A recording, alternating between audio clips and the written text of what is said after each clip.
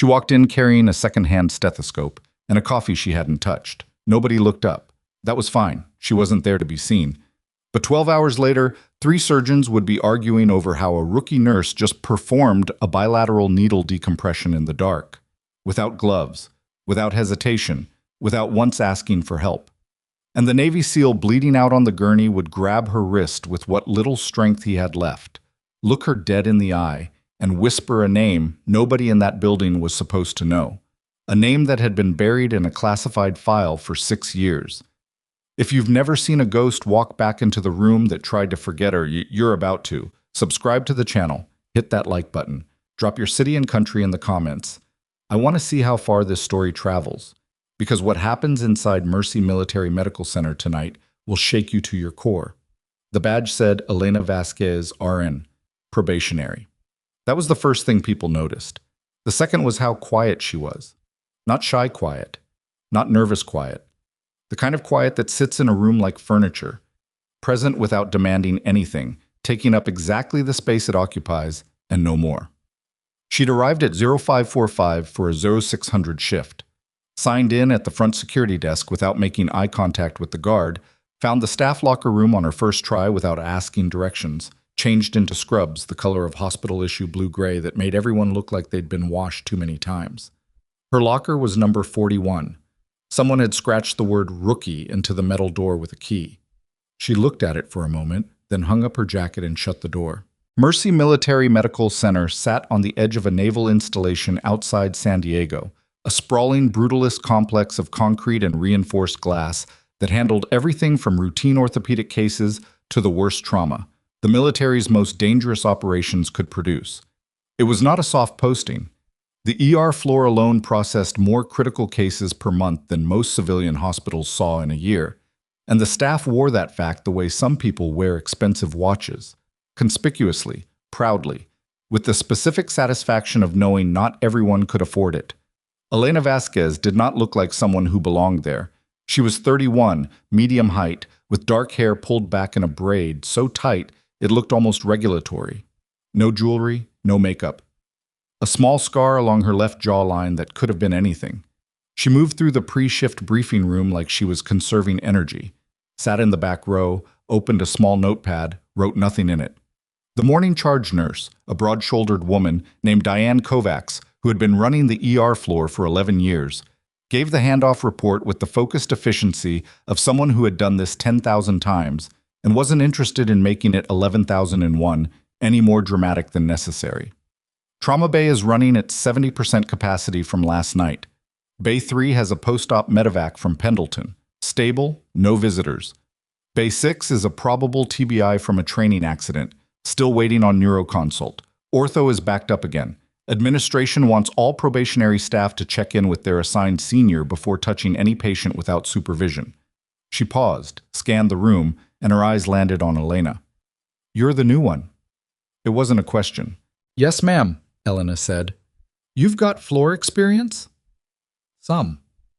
Kovacs looked at her the way experienced people look at uncertain answers, like she was weighing the gap between what was said and what was meant. "You're assigned to Dr. Harmon's section. You'll observe, you'll assist, you'll not make unilateral decisions. We clear?" "Clear." "Good." Kovacs folded her clipboard under her arm. "Try not to break anything on your first day." Quiet laughter from the room. Elena didn't react. She wrote a single line in her notepad, capped the pen, and waited for the briefing to end. Dr. Marcus Harmon was 44 years old and carried himself like a man who believed the room should arrange itself around his arrival. I was not entirely wrong in this belief. He was a board-certified trauma surgeon with 17 years of military hospital experience, 3 commendations on his wall, and the kind of easy, unearned authority that comes from never having been wrong in a room that had the power to correct him. He was also, by the quiet consensus of most of the nursing staff, a precise and reliable bastard. He found Elena in the supply room at 0620, inventorying crash cart medications with methodical care. "You're my shadow today," he said, without preamble or introduction. "Dr. Harmon," she said. Not a question. She'd read the staffing board. "You have your orientation packet?" "Read it last night." He looked at her hands. You done any real trauma work, or is your file full of urgent care and suburban ER shifts? Some trauma. Define some. She looked up from the cart. Her eyes were steady. The kind of steady that doesn't come from confidence exactly, more like from having decided a long time ago that most situations don't warrant panic. Enough to know the difference between a tension pneumo and a hemothorax without imaging. Harmon blinked. Then he smiled, the way people smile when they think something is cute. Good for you. In this facility, you don't diagnose. You observe and you relay. That's your job. Can you handle that? Yes, sir. Good. He started for the door, then paused. The coffee in the attending lounge is better than the break room. You won't be allowed in the attending lounge. He left. She went back to the inventory. The morning moved the way first shifts in trauma units always do. Not with dramatic crises, but with the grinding, unglamorous weight of sick and injured people whose conditions don't respect schedules.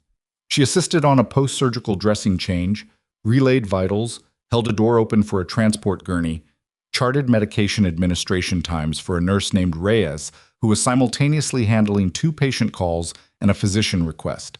Reyes was 28, Filipino-American, already 4 years on the floor, and had the compact efficiency of someone who'd learned to do 3 things at once, not as a skill, but as a survival mechanism. He acknowledged Elena with a single nod when she showed up at his station, handed her a tablet and said, "Don't fall behind on charting and don't make me explain things twice." "Got it," she said. "You ever worked trauma before?" "Different context." He looked at her sideways. "What context?" "Field work." Reyes paused, stylus hovering over his screen. "Like EMT? Search and rescue?" "Something like that." He studied her for a moment with the particular radar of someone who's worked enough shifts to know when a person is being vague on purpose versus when they just don't know how to explain something. Then he shrugged. "Fine. Don't get weird on me and we'll be okay." "I'll try," she said. He almost smiled. "Supplies are in Bay 7. Don't let Harmon catch you eating in the supply room. And if Dr. Chen from cardio starts talking to you about his research, just walk away. He doesn't stop." By midday, she'd made one mistake. It wasn't a dangerous mistake. It was the kind of mistake that exists primarily as a social error, the kind that gets filed under overreach and used for weeks as an example. The patient was a 43-year-old Army logistics officer named Brennan, who'd come in with chest tightness and left arm discomfort, initially triaged as possible cardiac. The attending on rotation was Dr. Patricia Lim, compact and precise, 10 years in cardiology, not interested in chatter. Elena was in the room handling an IV line when Lim reviewed the patient's chart and began dictating a preliminary plan. Elena finished the IV, started to step back, and then didn't. "His legs," she said. Lim looked at her. "What?" "There's pitting edema in both legs. His neck veins are slightly distended." Elena nodded toward Brennan's ankles. "And his last BP was 94/60. That's not just cardiac pressure. That looks like it could be tamponade." The room went very quiet. Brennan looked between them with the anxious expression of a man who'd just heard a word he didn't understand applied to his own body. Lim's expression was complicated. It moved through several phases: surprise, assessment, irritation. She looked at the chart again. Then she looked at the patient's legs. Then she looked at Elena with the particular flatness of a senior physician who does not enjoy being correct in the wrong direction. "Who are you?" she said. "Vasquez, probationary RN. I'm sorry, You should have what? Stayed quiet?"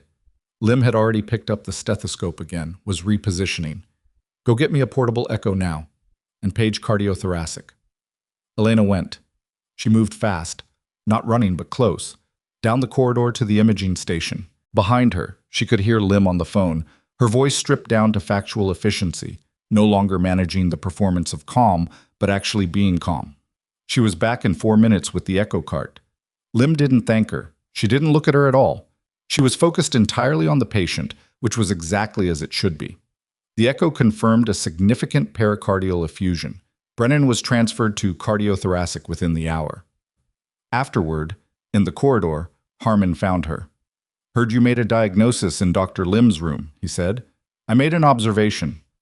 Same thing in this context, you're probationary." The patient had tamponade. And if you'd been wrong? She looked at him. I wasn't.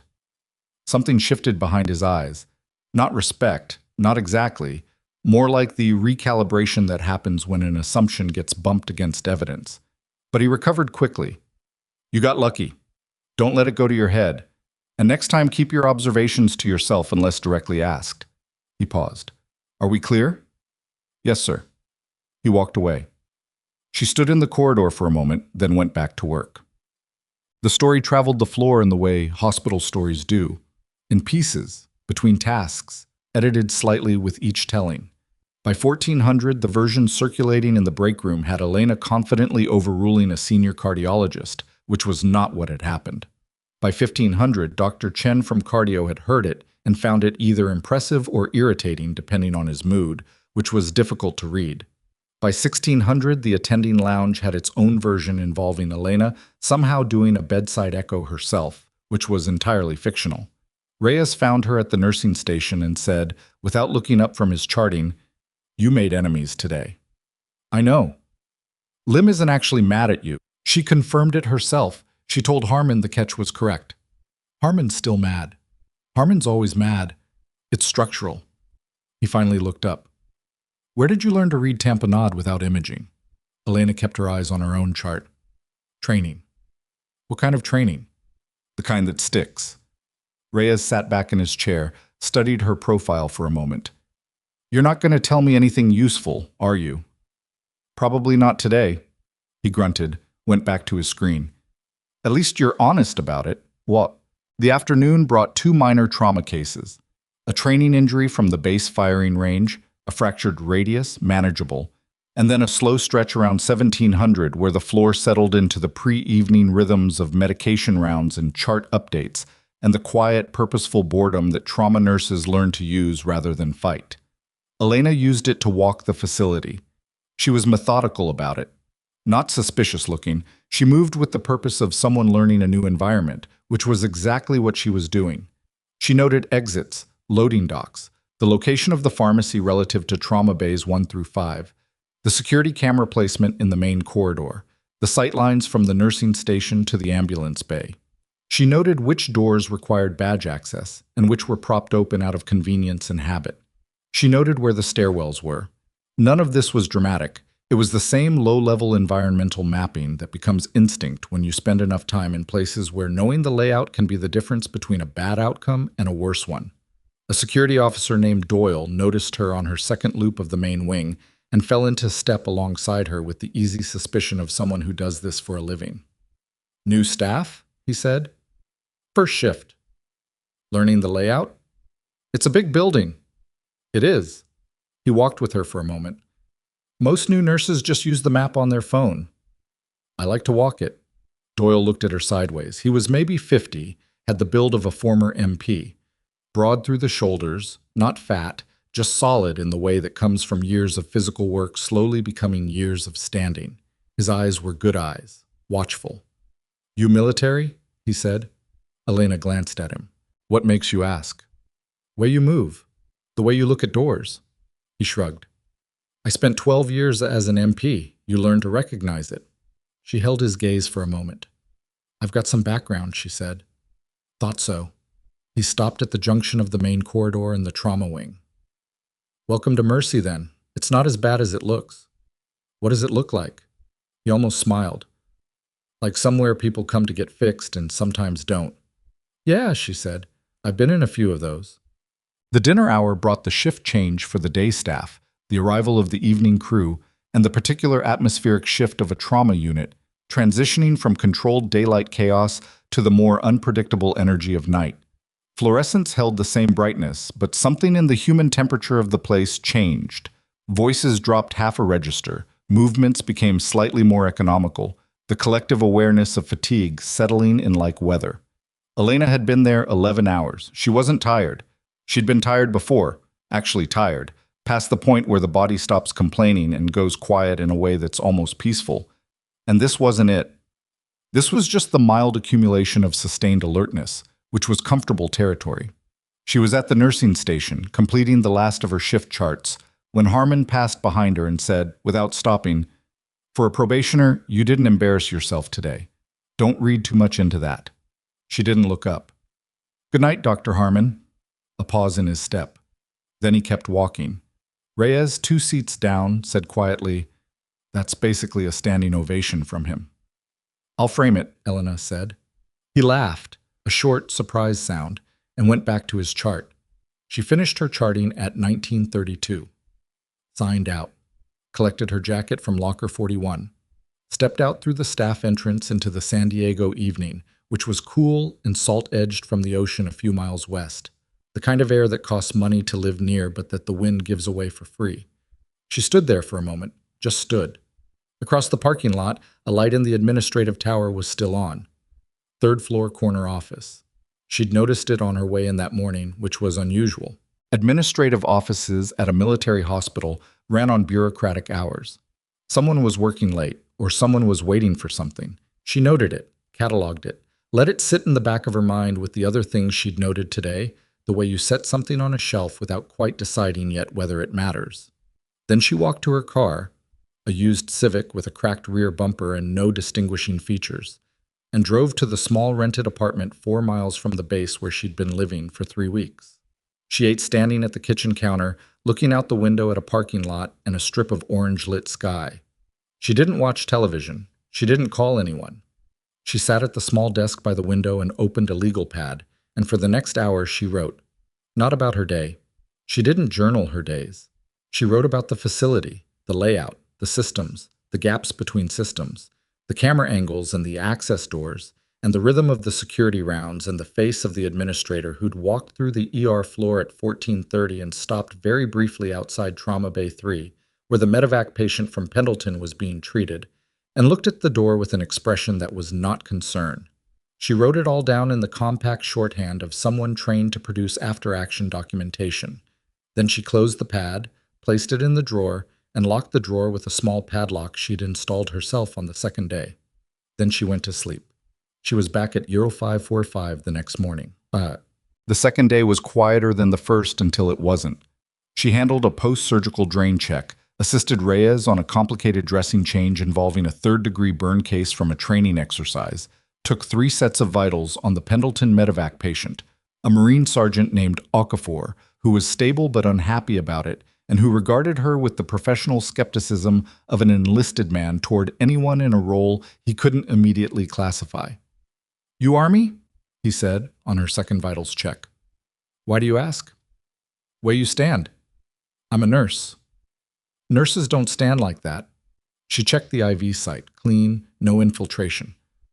"How are you on pain?" "Managed." "You need more. Say something." "I'm fine." She looked at him directly. He was 26, maybe 27, with the particular compact stillness of someone whose body had been through enough to stop performing toughness and just be it. "I know," she said. "You're fine. Say something anyway." He looked at her for a moment. "You're weird," he said. "Probably," she agreed, and went to her next patient, Juan. The call came at 2217. She was 30 minutes from the end of her shift, finishing charts, when the overhead PA system cut through the normal ambient noise with the controlled urgency of a mass casualty alert, trauma alert, Bay 1 through 4. Multiple incoming. ETA 8 minutes. The floor shifted gear instantly. The particular, almost mechanical acceleration of people trained to transition from task maintenance to full operational mode in the time it takes to hear a sentence. Kovacs appeared from the charge station at a controlled jog, already talking into her radio. Harmon materialized from the attending lounge in a trauma gown, still tying the neck. 2 surgical residents who had been somewhere in the building arrived in the trauma bay corridor within 90 seconds. Elena finished the line she was charting, capped the pen, set the tablet down. Kovacs passed her station. "Vasquez, Bay 2, support position. Don't improvise." "Copy," she said. She pulled a trauma gown from the rack, snapped on gloves, and moved toward Bay 2. The ambulances were already pulling in. She could hear the sound of them. Not sirens, those had gone quiet, just the engine noise and the hard bang of vehicle doors, and then the controlled chaos of transfer, gurneys, voices calling out vitals, the specific dense jargon of paramedics who've been working a scene and now needed to compress everything they know into the 30 seconds it takes to move a patient from the bay door to the trauma team. 5 patients, multiple GSW, 1 blast injury, 1 tension pneumo confirmed in the field. Pulse ox? 81 on high flow, declining. Get me 2 large bore IVs. BP is 60 palp. The room went from quiet to full in the span of a breath. Elena moved to her position in Bay 2. Support, per Kovacs, which meant she was behind the lead clinician, not in front, which was where she stood and saw the patient come through the door on a gurney and understood in the space of maybe 2 seconds that everything about this situation was wrong in a way that nobody in this room yet recognized. The patient was in full tactical gear, partially stripped. His face was gray-white under the trauma bay lights. There was blood everywhere. On the gurney, on the paramedic's gloves, on the patient's chest where someone had already applied a chest seal that wasn't seated correctly. But that wasn't what stopped her. What stopped her was the patch on his shoulder, mostly obscured by a torn sleeve, that showed the edge of a unit designation she recognized from a different life. And the radio on his hip, military issue, frequency specific, with a marker on the channel selector that no standard medevac unit would know to set. And then, from the doorway, a second gurney came through, and a third, and someone said, "Jesus, how many are there?" And the answer came back as 5, possibly 6, and the man in Bay 2 grabbed the nearest rail with a hand that still had enough grip strength to matter, and his eyes opened and found hers across the room. He had dark eyes, a beard that hadn't been trimmed in weeks, a scar across his chin that she hadn't put there, but that she'd been present for. His mouth moved. She crossed the room in 4 steps, leaned down close enough to hear, and he said it again. The word, the name, the call sign that had died on paper 6 years ago in a classified debrief nobody outside a handful of people was supposed to have ever read. He said it like someone confirming a grid coordinate, like something checked against a map, like he'd never stopped believing she was out there somewhere. The surgical resident on the other side of the gurney said, "Nurse, BP is dropping. I need a second line now." Elena straightened. Her face was completely still. She said, "I've got it." The second IV line went in on the first try. No fumbling, no repositioning. The needle found the antecubital vein like it had done this 1,000 times in worse light, worse conditions, worse everything, because it had. Elena taped the line, connected the saline, set the flow rate, and moved to the monitor in the time it took the surgical resident across the gurney to finish his sentence. The resident, his badge said Calloway, R. PGY3, glanced at the line and then at her hands and said nothing, which was its own kind of acknowledgement. "BP?" she said. 70/40 and dropping, the paramedic at the foot of the gurney called out. "He's been hypotensive since extraction. Estimated blood loss is significant," Elena said, because the patient's color and the saturation of the dressings already told her that without needing a number. She looked at Calloway. "He needs blood. Now, not saline." "I know that," Calloway said, too sharply. He was rattled. She could see it in the set of his jaw, the way his eyes were moving too fast between the monitor and the patient. Not incompetent, just overwhelmed. There were 4 other patients coming through the door, and this bay had 1 team, and the sounds from the adjacent bays were already layering into the specific auditory chaos of a mass casualty event that nobody had fully prepared for tonight. "Oh, neg," she said. "I'll call for it." She didn't wait for permission. She picked up the bay phone and called the blood bank with the request already formed. Type, quantity, urgency, using the specific language of a trauma order that she should not have known well enough to produce that fluently. And the tech on the other end confirmed and said 8 minutes, and she said 4, with a flatness that apparently communicated something, because the tech said, "I'll try," and disconnected. Calloway stared at her. "How did you—" "His chest seal," she said. "Bay 1. Let me— your support position. His seal isn't seated. He's decompensating, and that seal is the reason." Calloway looked at the chest. The hemostatic dressing over the left thorax was applied, but the angle was wrong. It had been done in the field under conditions that didn't allow for precision, and the result was a seal that was holding against the skin without actually occluding the wound tract. A textbook application problem. The kind of thing that gets missed in the dark. In a vehicle. with your hands shaking. He looked at it for a long moment. Then he stepped aside. Elena moved in. She didn't make a production of it. There was no flourish, no announcement. She peeled the existing seal, assessed the wound entry with 2 fingers of her gloved hand, and reapplied the fresh seal from the supply cart with the specific firm, angled pressure that accounts for chest wall movement during respiration. The technique was not in the civilian trauma nursing curriculum. It was in the Tactical Combat Casualty Care Manual, the version issued to personnel whose job description involved providing medical care in places where calling for a medevac wasn't always an option. The patient's oxygen saturation, which had been sitting at 81 and declining, stabilized at 83, then crept to 86. "Huh," Calloway said quietly, to nobody. From the doorway, Kovacs watched this for 2 seconds, then turned back to the main corridor where the situation was still expanding. The man on the gurney, the one who had said her name, his eyes were open again. Tracking. He had enough awareness left to know where he was and who was in the room, which meant he had more reserves than his vitals suggested. That was both a good sign and characteristic of a particular type of person. His name, she knew, was Torres. Petty Officer First Class Daniel Torres, though that name hadn't meant anything to anyone outside a classified access program for the better part of 6 years. She knew his blood type without looking at the chart, B positive. She knew he was left-handed and that he had a torn ACL in his right knee that had never been properly rehabilitated because the operational tempo of his unit didn't allow for proper rehabilitation of anything. She didn't say any of this. She checked his pupils, equal and reactive, which was better than expected given the head laceration along his left temple, and then moved to his abdomen, palpating for rigidity. He hissed when she hit the lower left quadrant. "Splenic," she said. "You can't determine that on palpation alone," Calloway said from behind her. "No," she agreed, "but it's a good working theory until we have imaging." Torres's hand found her wrist, not grabbing, just resting, the grip of someone with limited strength making contact rather than making a demand.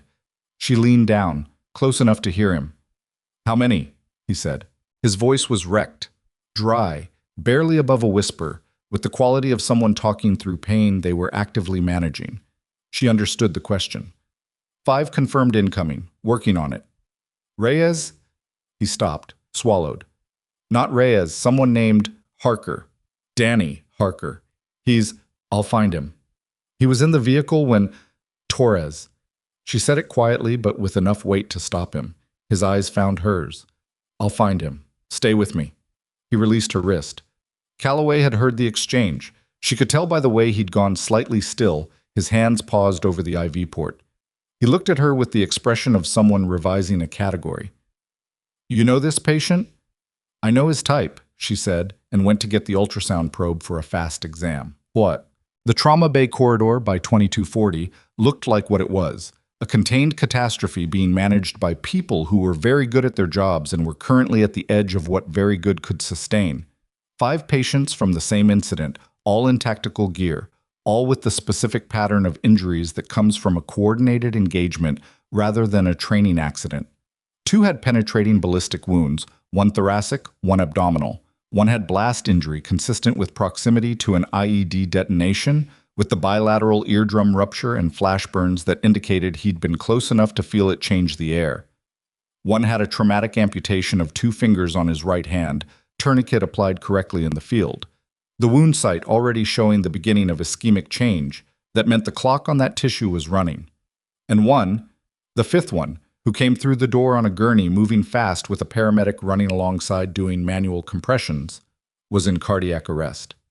Harmon was in Bay 1. She heard his voice before she saw him.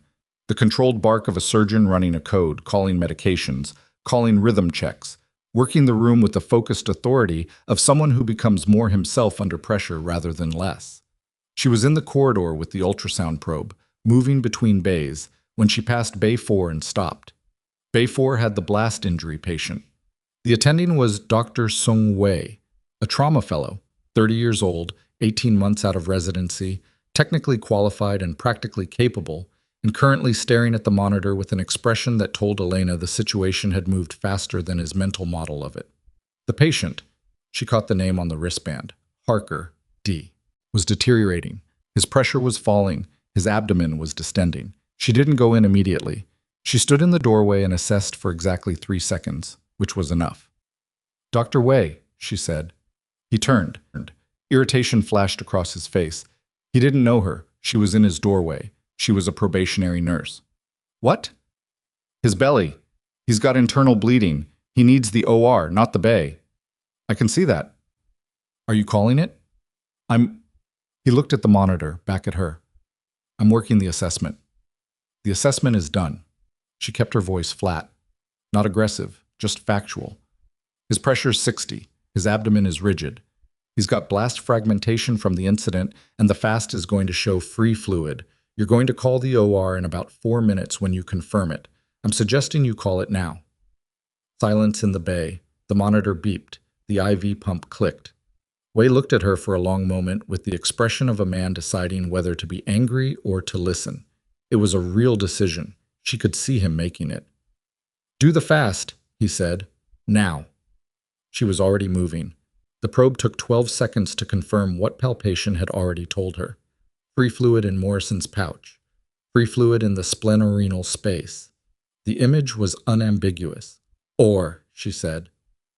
Wei was already on the phone. By 23:10, 3 of the 5 patients were in surgery. The 4th, the tourniquet case, was stabilized.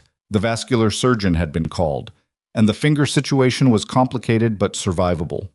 The 5th, the cardiac arrest case, had been worked for 31 minutes and had not come back. And that had its own weight in the room, the particular silence that falls when a team stops and steps back, and the monitor is turned off and someone has to say the words. Elena was in Bay 2. Torres had been taken to CT and returned, and the scan had confirmed what she'd already suspected. Splenic laceration, grade 3, with active bleeding visible on contrast. He was going to need the OR, but his pressure had stabilized enough that surgery could do it safely rather than emergently. And so he was in the bay with an O-neg drip running and a surgical resident doing the pre-op workup. She was charting at the bay station when she became aware of someone standing in the doorway. Not staff, not a patient. Someone who didn't move with the purposeful drift of hospital work. Someone who was positioned, standing slightly behind the doorframe, watching. She kept her eyes on the but registered him in her peripheral vision. Male, 60s, civilian clothes, no visitor badge, no staff ID visible. A face she'd seen before. Not here, not in the hospital, somewhere else. In a context she couldn't immediately place because the context had been stripped of its original texture by time and change. She looked up. He was gone. The doorway was empty. The corridor beyond held only the normal traffic of a hospital ER running hot. Staff in motion, gurneys, the sound of monitors and voices, and the distant clatter of the surgical prep area. She stood up, walked to the doorway, looked left, looked right. A door at the far end of the corridor was swinging shut. The kind of door that leads to the administrative wing, badge access required, but the latch could be caught before it closed if you moved fast enough. She stood there for a moment, her hand on the door frame. Behind her, Torres said, "Ghost." She turned. He was awake. Had probably been awake for a while. His IV was dripping correctly, his color was marginally better, and his eyes were tracking her with the focused clarity of someone who'd pulled themselves up out of the fog through will. "Don't call me that," she said. "You saw someone. Go to sleep." "You went to the door." He moved, tried to push himself up, and she crossed the bay in 4 steps and put her hand on his chest. "Don't." "Who was it?" "I don't know." She checked his pressure manually. The cuff was on his arm. She just squeezed the bulb and read the gauge. 78/50. Still low, still going to the OR within the hour. "You need to be still." "Elena." He said the name. Her actual name, not the call sign, which meant he was coming back to something more than operational reflex. "You need to talk to me. Later." "There might not be a bit." "There will be," she said. "Because you're going to surgery and you're going to be fine and we're going to talk later. That's not a request." He held her gaze. She held his. "Okay," he said, finally. "Okay." She adjusted the drip. "The man with the blast injury, Harker. He's in surgery. He's going to make it." Something in Torres's face shifted. The particular relief of a man who'd been carrying that question since the vehicle went wrong and hadn't been able to ask it directly. "Anyone else?" he said. 3 others in surgery. One, she paused. One didn't come back. He closed his eyes, just for a second. Petrov, he said. She didn't confirm it. She didn't need to. She put her hand briefly on his forearm, not comforting, exactly, just present, and then took it back and went to update the chart. The surgical residents who'd worked the mass casualty were standing in the corridor outside the OR suites at 2350, in the way that people stand when the adrenaline has finally metabolized and what's left is something that takes up more space than fatigue, but doesn't have a clean name. 2 residents, Calloway and a woman named Park, who'd managed the tourniquet case, both in bloody gowns, both staring at the far wall with the 1,000-yard look of people running a mental replay they can't stop. Elena came down the corridor toward the break room and Calloway straightened. "Hey," he said. She stopped. "The chest seal," he said, "in Bay 2. That technique, where did you learn that?" "Training. That's not in any nursing curriculum I know." "There are different curricula." He studied her.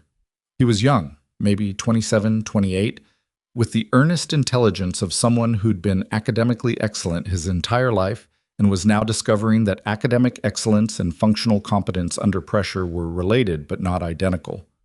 "The blood bank called after," he said. "They said whoever ordered the O-neg used a trauma priority code that's not usually on nursing clearance. It's a physician code." She said.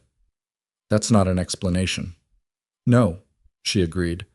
Park, who had been quiet until now, said, "The fast you ran in Bay 4, Way said you confirmed free fluid in Morrison's pouch within 12 seconds of probe contact. He said the image quality was..."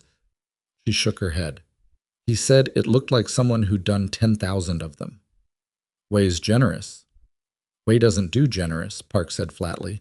"He does accurate." The corridor was quiet except for the distant mechanical sounds of the OR wing. Ventilators, monitors, the muffled voices of surgical teams through closed doors. Elena looked at both of them. They were waiting for something. Not an explanation exactly, more like a permission, the way people wait when they've noticed something that doesn't fit the category they've placed it in, and they need someone to either confirm the recategorization or deny it so they can go back to sleep. "You both did good work tonight," she said. "Calloway, you kept Bay 2 from losing him in the first 10 minutes. Park, your tourniquet management bought Harker's hand another 2 hours." "That matters." "That's not..." Calloway started. "Go get coffee," she said. "You've got a long night still." She walked past them toward the break room. Behind her, she heard Park say, very quietly, "What is she?" And Calloway, after a pause, "I have no idea." The break room at midnight in a military trauma hospital holds a specific kind of energy. Not quite tense, not quite relaxed, just the managed exhaustion of people who are paid to function regardless of how they feel. Elena poured coffee she didn't need into a cup she'd use as something to hold and sat at the corner table with her back to the wall and a clear line to the door. Kovacs came in 7 minutes later, poured her own coffee, and sat across from her without asking. They sat in silence for a moment. The fluorescents hummed. The break room smelled like old coffee and the specific synthetic antiseptic of soap used 10 times a shift. "The seal in Bay 2, Kovacs said. "He called you something." "He was delirious." "He was pretty coherent for a delirious man." Elena drank her coffee. "He called you..." Kovacs checked a note she'd written on the back of her hand, which was both old school and precise. "Ghost." And then he said something to the paramedic team when they brought him in, before he got to the bay. The paramedic, I asked her afterward. She said he kept asking if Ghost was still at this hospital, by name, by this hospital. The coffee was bad. Burned. It had been sitting in the pot for 2 hours at minimum. "Kovacs," Elena said, "I'm not interrogating you. She stopped, pressed her mouth flat. "I've been running this floor for 11 years. I've seen people come through here with histories they don't talk about. I don't make it my business to make it their business. But we just had 5 operators from what I'm reasonably certain was a classified mission come through my ER, and one of them knew a probationary nurse by name before she got within 10 feet of him." She paused. "So I'm having coffee, and I'm telling you what I observed. What you do with that is yours." Elena put the cup down. "What do you need from me?" "I need to know that what happened tonight wasn't..." That you weren't here for them specifically, that this was coincidence. It was coincidence, Elena said. And then because Kovacs deserved more than a flat sentence. I didn't know they were coming. I didn't know they were going to be here. I knew Torres from a long time ago, a different context. What happened tonight surprised me too. Kovacs looked at her steadily, reading her the way experienced nurses read patients, not for what's said, but for what the body confirms or denies. Okay, she said, finally. Okay? Okay. She picked up her coffee. You did good work tonight. I want that on record, even if it never goes anywhere official. The work was good. Elena looked at the table. One didn't make it. No. Kovacs' voice was even, but not empty. One didn't. That's not yours. You know that. I know. They sat for another minute in the specific quiet of two people who understand that some things don't resolve, they just get carried. Then Kovacs stood, finished her coffee, put the cup in the sink. You're here tomorrow? 4:05, Elena said. Don't be late. She left. Elena stayed in the break room for another 20 minutes. She was thinking about the man in the doorway. She ran the image again. The build, the posture, the civilian clothes that were too well cut for a family member and too deliberately casual for administration, the way he'd been positioned behind the doorframe rather than in it. Observation posture. The posture of someone who expects to be in a place where being seen is a problem. She'd known people like that. She'd been people like that. The face was still not resolving into a clean identification. She had the shape of it, the age range, the specific quality of stillness that some people carry the way others carry bad posture. A trained stillness, not patience, discipline. She picked up her phone and typed a text to a number that wasn't saved in her contacts, just held in memory. Saw something tonight, not sure yet. Will confirm. She waited.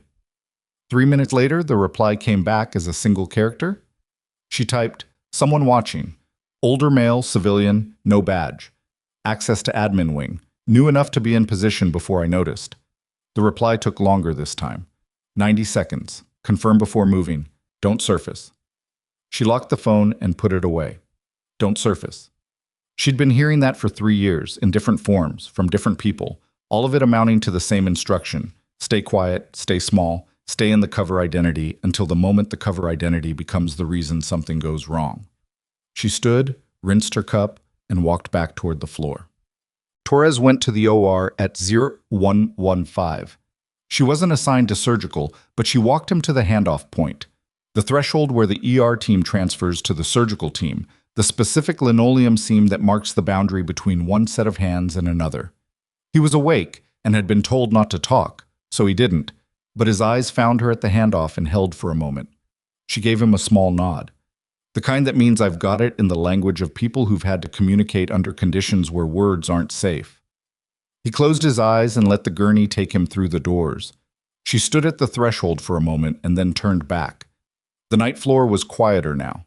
The mass casualty had metabolized into the slower rhythms of post-crisis, monitoring, charting, the careful maintenance of people whose immediate survival had been secured and whose long-term survival was now in the hands of surgery and time.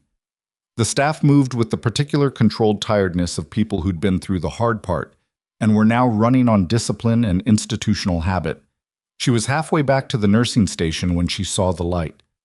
3rd floor, administrative wing, corner office. The same window she'd noted on her way out 2 nights ago, still lit at 0130 in the morning. She stopped in the corridor and looked at it through the internal window. The view between the ER wing and the admin tower was partially obstructed by structural pillars, but the angle from this particular spot in the corridor gave a clear line to the 3rd floor window. A silhouette, standing at the glass, looking down. She held very still. The silhouette didn't move. Whoever was up there was looking at the ER Bay ambulance entrance, the same entrance the medevac vehicles had used tonight, the same loading area that was still marked with the tire tracks and debris of a mass casualty response. She couldn't make out a face. She couldn't tell if the silhouette was looking at the entrance or at something, someone, specific. Then the light went out. The window went dark. She stood there in the corridor for another 5 seconds, then walked back to the nursing station, sat down, and pulled Torres's chart. She wasn't looking at his vitals. She was looking at the admission record, the timestamp of the medevac call, the originating unit designation, the mission classification code that had been entered into the system by whoever processed the incoming alert. The code was standard, routine medevac processing, nothing that should raise a flag.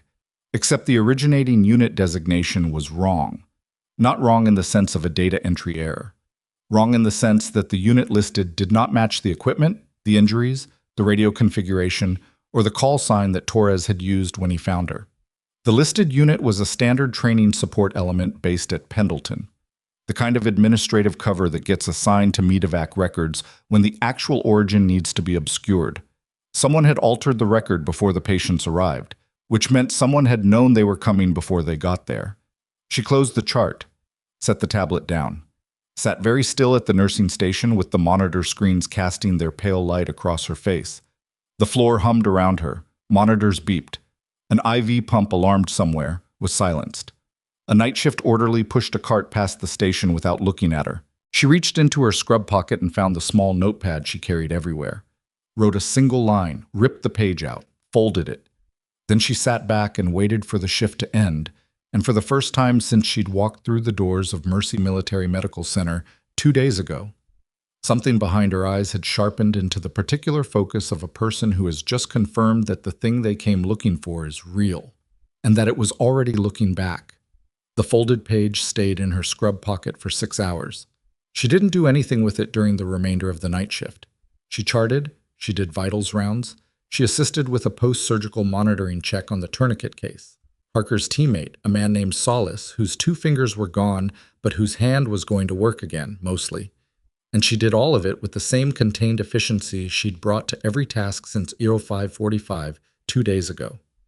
Nobody looking at her would have seen anything different, but the note in her pocket was a list, 4 items. Written in the compressed shorthand of someone trained to record information without context in case the context gets separated from the record. Unit designation, wrong. Pre-arrival alteration. Admin tower, light 0130. Silhouette, ambulance observation, unknown male, doorway, Bay 2, no badge, admin access. Torres. They knew where we were going. That last one was from 0050, 40 minutes before Torres went to the OR, when she'd leaned over the gurney rail and asked him quietly, with no preamble, whether the mission had been compromised before or after extraction. He'd looked at her with that careful eyes of someone deciding how much to say, and then he'd said, before. They hit us at the secondary LZ. Nobody knew the secondary LZ except the people who planned the route. She'd nodded, said nothing else. Tucked that piece next to the altered unit designation, and the silhouette in the window, and the man who'd been watching from the doorway and come up with the shape of something she didn't have a name for yet, but could feel the way you feel a change in air pressure before weather arrives. She was back at 0545. She hadn't slept more than 3 hours. The apartment had been quiet and the legal pad had been open on the desk when she sat down at 0300, and she'd written until 0430. Not notes this time, a full reconstruction, the timeline, the access points, the sequence of events that would have been necessary for someone to alter a medevac record before the patients arrived at a hospital that required badge access for medical record modification. That last part was the part that mattered. Medical record alteration at Mercy Military Medical Center was not a casual act. It required system access, clearance, and a login that left a trail. Someone had done it anyway, which meant either they were confident the trail would never be examined, or they had the access to erase the trail after the fact. Both options implied institutional depth. This wasn't a contractor running a script from outside the building. She'd photographed the pages with her phone, encrypted the file, and sent it to the same number she'd texted from the break room. No reply yet. That was normal. The person on the other end of that number operated on their own timeline, which was deliberate and occasionally infuriating and had saved her life twice in the past 3 years. She signed in at the security desk at 0543. The guard, not Doyle, someone younger on the overnight to morning transition, scanned her badge without looking up. She went to her locker. The scratch on the door still said, Rookie. She changed into scrubs and went to the briefing room. The morning briefing was run by a charge nurse named Paulson, covering for Kovacs who had the morning off after a double. Paulson was efficient but not particularly attentive to the kind of detail Kovacs picked up. He moved through the handoff report like a man checking boxes, which was fine for a routine morning and was going to be a liability if the day went sideways. Elena listened to the overnight summary. The 3 surgical cases from the mass casualty were all stable, post-op recovery ongoing. Torres was in surgical ICU, stable, expected to remain there for 36 to 48 hours. Harker was in a standard post-surgical room.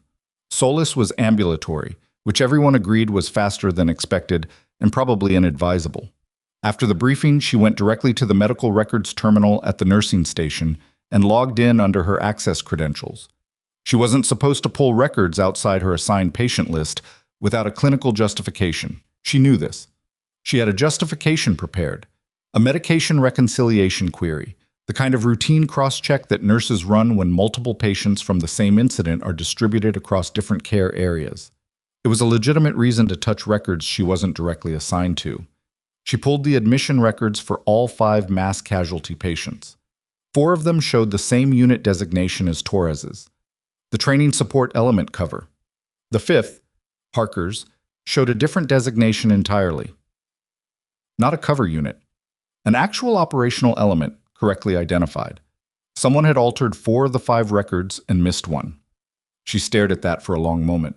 The missed record was either an oversight, the person doing the alteration had been interrupted or had run out of time, or it was deliberate, which made less sense, and so she set that possibility aside for now. She cross-referenced the modification timestamps. All 4 alterations had been made within a 14-minute window between 2156 and 2210. The mass casualty alert had gone out at 2217. Someone had altered the records before the alert was announced, which meant before the patients were formally in the system, which meant before anyone on the clinical floor had any knowledge of the incoming cases. She sat back from the terminal. The only people who would have had advance notice of the incoming medevac ahead of the official alert were the people who'd been notified through military command channels, operations coordinators, senior administrators, the hospital's duty officer who was responsible for coordinating mass casualty preparedness. She pulled the duty officer log for the previous night. The duty officer from 2000 to 0400 had been a man named Garrett Dosh, listed as Senior Administrative Coordinator, GS-15 civilian equivalent. She'd never heard the name. She memorized it. She closed the terminal and stood up. Reyes was 2 stations down, already on his second chart of the morning. "Early start," he said, without looking up. "Couldn't sleep." Nobody sleeps after a mass casualty. He clicked through a screen. "You hear about the SICU? Torres, I know. Not just Torres." He stopped typing, looked at her. "Someone tried to access his chart at 0340 this morning. Night staff flagged it. Wrong credentials, wrong clearance level. Whoever it was used a temporary visitor badge to get into the system."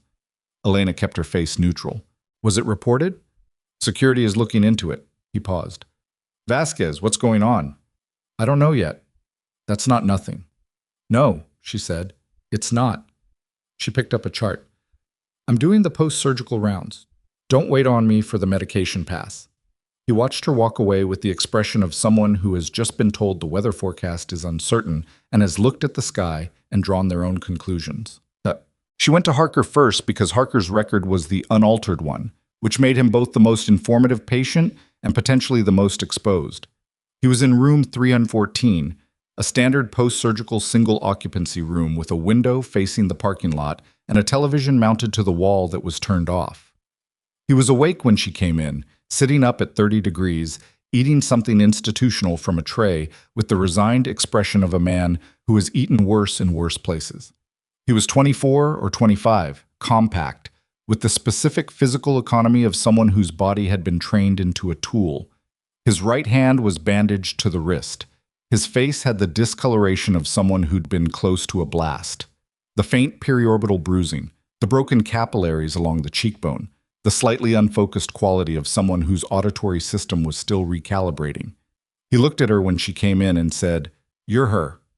She pulled the door almost closed behind her, not all the way. "I'm the floor nurse for this section. Torres told me, before surgery." He set the fork down. He said if Ghost showed up, trust her. Don't use that name in here. He nodded, once, accepting the correction without argument. The record, he said. My admission record. It's still accurate. I know. Wasn't an accident. I changed it back. He looked at his bandaged hand. Well, I had someone change it. I didn't want... He stopped. Torres said you'd understand why. She did understand. If his record was the only accurate one, it meant the mission's actual unit designation existed somewhere in the system. A verifiable thread that contradicted the cover records surrounding it. A thread that could be pulled. Your chart shows your unit correctly, she said. That means if someone is trying to bury where this mission came from, your record is a problem for them. Yeah. He looked at her directly. How long before they figure that out? They may already know. Someone tried to access records in the SICU at 0340. His jaw tightened. Torres. Flagged by night staff. Access was blocked. She paused. But blocked doesn't mean abandoned. He was quiet for a moment. Outside the room, the corridor moved with the normal traffic of a hospital morning. Footsteps, a cart, voices at a middle distance. Normal sounds. She'd learned a long time ago not to be comforted by normal sounds. The mission, he said. What do you know? Enough to ask questions, not enough to have answers. We were sent to a secondary LZ because the primary was... He stopped, looked at the door. She moved slightly, blocking the sightline from the corridor window. He continued. The primary was compromised. Someone fed us a route deviation 40 minutes before extraction, came through authenticated channels, command-level authentication. And the secondary was where you got hit. Ambush, coordinated. They knew the LZ dimensions, they knew our extraction timing. His voice was flat and factual, the way people describe things that haven't finished becoming real yet. Petrov was on the bird when the first round came in. He didn't... I know, she said. Silence. Someone told them where we were going, he said, and it wasn't someone in the field. She held that. It sat in the room the way heavy things sit, without announcing itself, just present. Is there anything in your personal equipment? Anything you brought in from the field? Radio? Personal device? Anything with mission data? My kit was in a bag, tagged at intake. I don't know where it is now. I'll find it. She made a note. Don't talk to anyone about the mission. Not command, not the JAG officer if one shows up, not hospital administration. Not until you've heard from Torres. And if Torres doesn't, he will, she said. I told him he would. Harker looked at her with something that wasn't quite the way people look at strangers. He said you never made a promise you couldn't keep. He said that? More or less. She almost said something, didn't. Rest, she said. Keep the television off. The volume mask sounds you want to hear. She moved to the door. Vasquez. She stopped. He was looking at his bandaged hand. 2 of those fingers were my trigger fingers. She turned back. His face was controlled but not closed. There was something in it that hadn't been processed yet, something that was going to cost him later when the operational focus wore off and the reality of a right hand that was permanently changed settled in. Your index is intact, she said, confirmed in the surgical notes. The motor function should recover at 80 to 90% with proper therapy. Should, she agreed. She wasn't going to lie to him, but I've seen people do more with less. He nodded, once, looked back at his tray. She left. The IT security office at Mercy Military Medical Center was on the 2nd floor, administered by a civilian contractor named Webb, who had the specific mild paranoia of someone whose entire professional existence revolves around systems that other people are always trying to get into. She found him at his workstation at 0930, eating a granola bar, staring at 3 monitors simultaneously. She knocked on the open door. He looked up. Vasquez, ER nursing, she said. I had a question about the records audit trail from last night. Reyes mentioned a flagged access attempt. Webb looked at her with the careful neutrality of someone deciding how much to say to someone they don't know. That's a security matter. It's being reviewed. I know. I'm not asking about the attempt itself. I'm asking about the modification log. The admission records for the mass casualty patients. I noticed a discrepancy in unit designations. I want to know if the modification timestamps are part of the audit review. A pause. What kind of discrepancy? 4 of 5 records were modified before the mass casualty alert went out. I'm trying to determine whether that's a system error or a manual entry issue. She kept her voice completely administrative. Clinical problem, clerical solution. That was the frame she was offering him, and she watched him decide whether to accept it. He turned to the center monitor. What's the patient encounter number? She gave him Torres's. He typed. The silence that followed had a different quality than the silence before it. Huh, Webb said. What is it? The modification timestamp you're describing, 2156 to 2210. That's before the alert, yeah. But the login credentials used for those modifications. He stopped, clicked something. They're coming from a terminal in the administrative wing, third floor. Third floor, corner office. Is that normal, she said, for after-hours record modification from an admin terminal? He shook his head slowly. No. Clinical staff access records from clinical terminals. Admin doesn't touch patient intake data. That's not normal. Who has access to that terminal? It's assigned to the deputy director's suite. He looked at her. Dr. Raymond Colt. The name landed without drama. She'd seen it on the administrative directory when she'd walked the building on her first day. Raymond Colt, MD, Deputy Hospital Director. An office she hadn't been inside, a face she'd seen once in a photograph in the main corridor. A man who occupied that specific tier of institutional hierarchy where actual power lives without being visible in daily operations. Can you flag this for the security review? She said. Yeah. I need to document the query. He reached for a form. Who should I list as the requesting party? Vasquez, ER Nursing. She spelled it for him. And Webb, do this through the formal channel. Don't send it through internal email. He looked up at her. Why? Because internal email goes through the server, and the server is administered by the same IT contract that covers administrative terminal access. He stared at her for a moment. Then he looked back at his screen with the expression of a man who has just understood that the building he works in is slightly different than he thought it was. Okay, he said quietly. She left him to it. She found the equipment bag in the intake storage room at 10:15. Harker's field kit, tagged, sealed, sitting in a labeled bin alongside 3 others from the same incident. The storage room required a badge but not elevated clearance. She had access as a clinical staff member for equipment associated with her patient list. She didn't open the bag. She documented its location, its seal status, intact, and photographed the tag with her phone. Then she photographed the 3 other bags. Then she left the room, locked the door, and walked back to the floor. At 10:45, she was at the nursing station doing medication reconciliation when Harmon appeared. He looked like he hadn't slept, which he almost certainly hadn't. He'd been in surgery until after 0300, and it was barely 1100. But he was dressed, present, moving with the controlled momentum of someone who runs on internal pressure when external fuel runs out. Vasquez, he said. Dr. Harmon. The SEAL patients, Torres, Harker, and the others.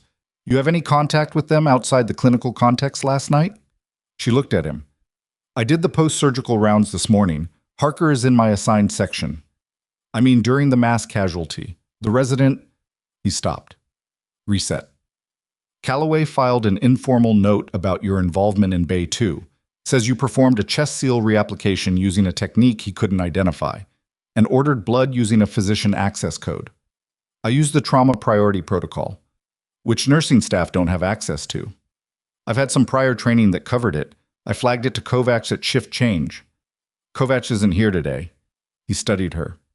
Vasquez, I'm going to ask you something and I need you to answer me directly. Not whatever half answer you've been giving everyone else. Who are you? The nursing station was partially occupied, Ms. Reyes at his terminal, another nurse further down, the ambient presence of a working floor, not private. This isn't the place, she said. Then where? She looked at him steadily. Harmon was not a subtle man, but he wasn't a stupid one either, and whatever he'd seen in the trauma bay last night had clearly been sitting with him. My shift ends at 1800. I'll stay late. Conference room B, 2nd floor. He held her gaze. Fine. He turned. And Vasquez, whatever is going on, I want you to know that the patient outcomes from last night were... He stopped. Something complicated moved through his face. They were good. The outcomes were good. Thank you, she said. He left without responding to that. It seemed to cost him something. Mata. The call came at 22:47. Her phone, the personal cell, not the number she'd texted last night, lit up with a number she recognized as belonging to the hospital's human resources office, which meant it had been routed through the hospital's internal system, which meant it wasn't actually from HR. She answered. Vasquez. The voice was male, measured, with the specific cadence of someone reading from a prepared statement without appearing to. You're requested in the administrative director's office at 1300, Deputy Director Colt's office, 3rd floor. What's the meeting regarding? An administrative matter related to your probationary status. She looked at her watch. 45 minutes since Webb had started the audit flag process. I'll be there, she said. She went to the bathroom, locked the door, and stood at the sink for 60 seconds. Not panicking, organizing. The meeting request was either a standard response to the audit query, someone getting ahead of the inquiry by controlling the narrative, or it was something more direct. The timing suggested the former, but she couldn't assume it. She took the folded note from her pocket, the one with the 4 items she'd written in the break room, and tore it into pieces and flushed it. The contents were already photographed and sent. The physical copy was a liability. She unlocked the door and went to find Reyes. He was in the corridor outside Bay 7, restocking. She came alongside him, facing the same direction, both of them looking at the supply cart. I need you to do something, she said quietly. Don't ask me why. He was still for a moment. Then he went back to restocking. I'm listening. Torres in the SICU. Make sure he has your direct number. Tell him it's a nursing follow-up. Tell him nothing has changed. Has something changed?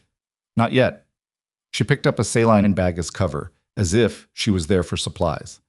If I'm not back on the floor by 400, call Kovacs at home. Tell her I said the 3rd floor has a different view than the 1st. Reyes's hand slowed on the shelf. That means something to you. It will mean something to her. He nodded, once, and said nothing else. She put the saline bag back and walked toward the elevator.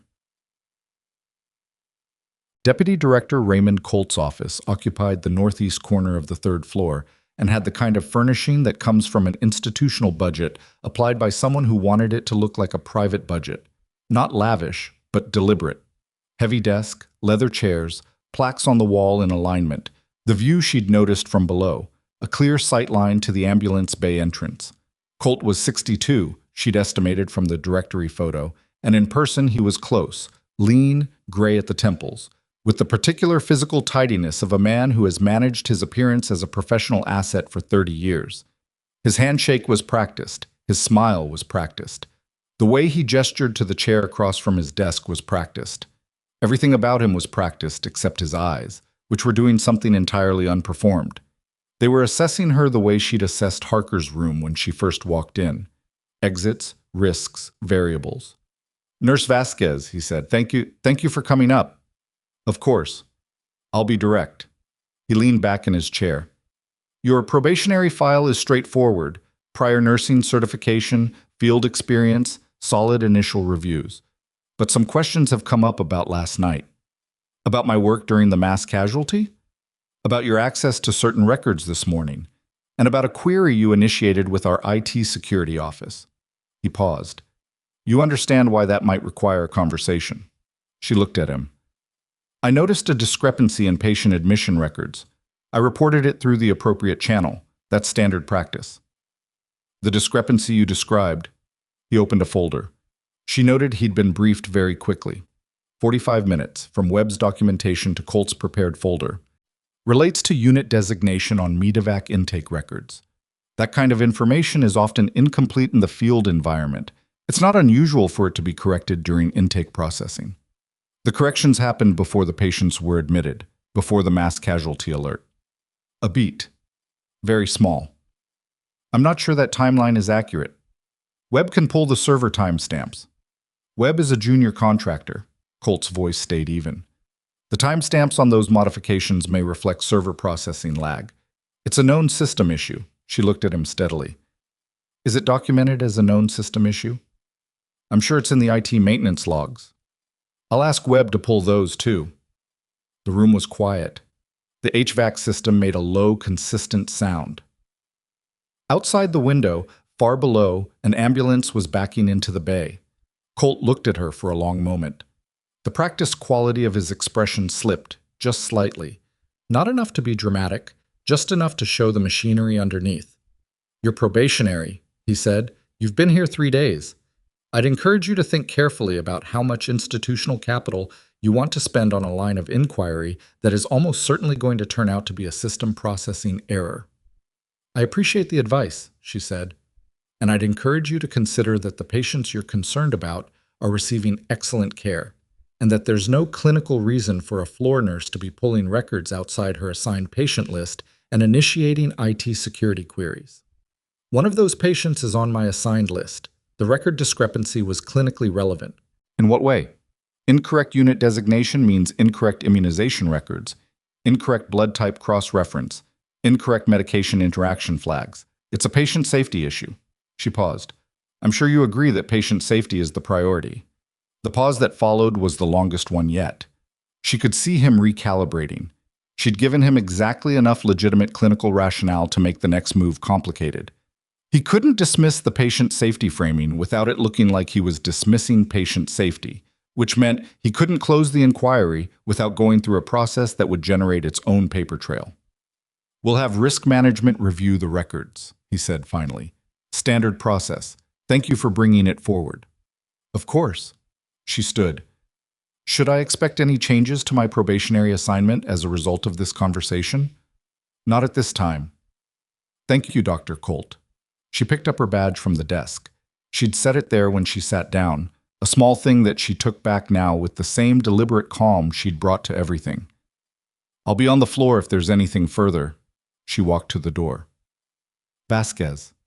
She stopped, hand on the frame. "This hospital runs on trust. The staff trusts the institution trusts the staff. That works when everyone understands their role." She looked back at him over her shoulder. His face was composed and dry and entirely without warmth. "I understand my role," she said. She left. She was in the stairwell between the third and second floor when her phone buzzed. Not the personal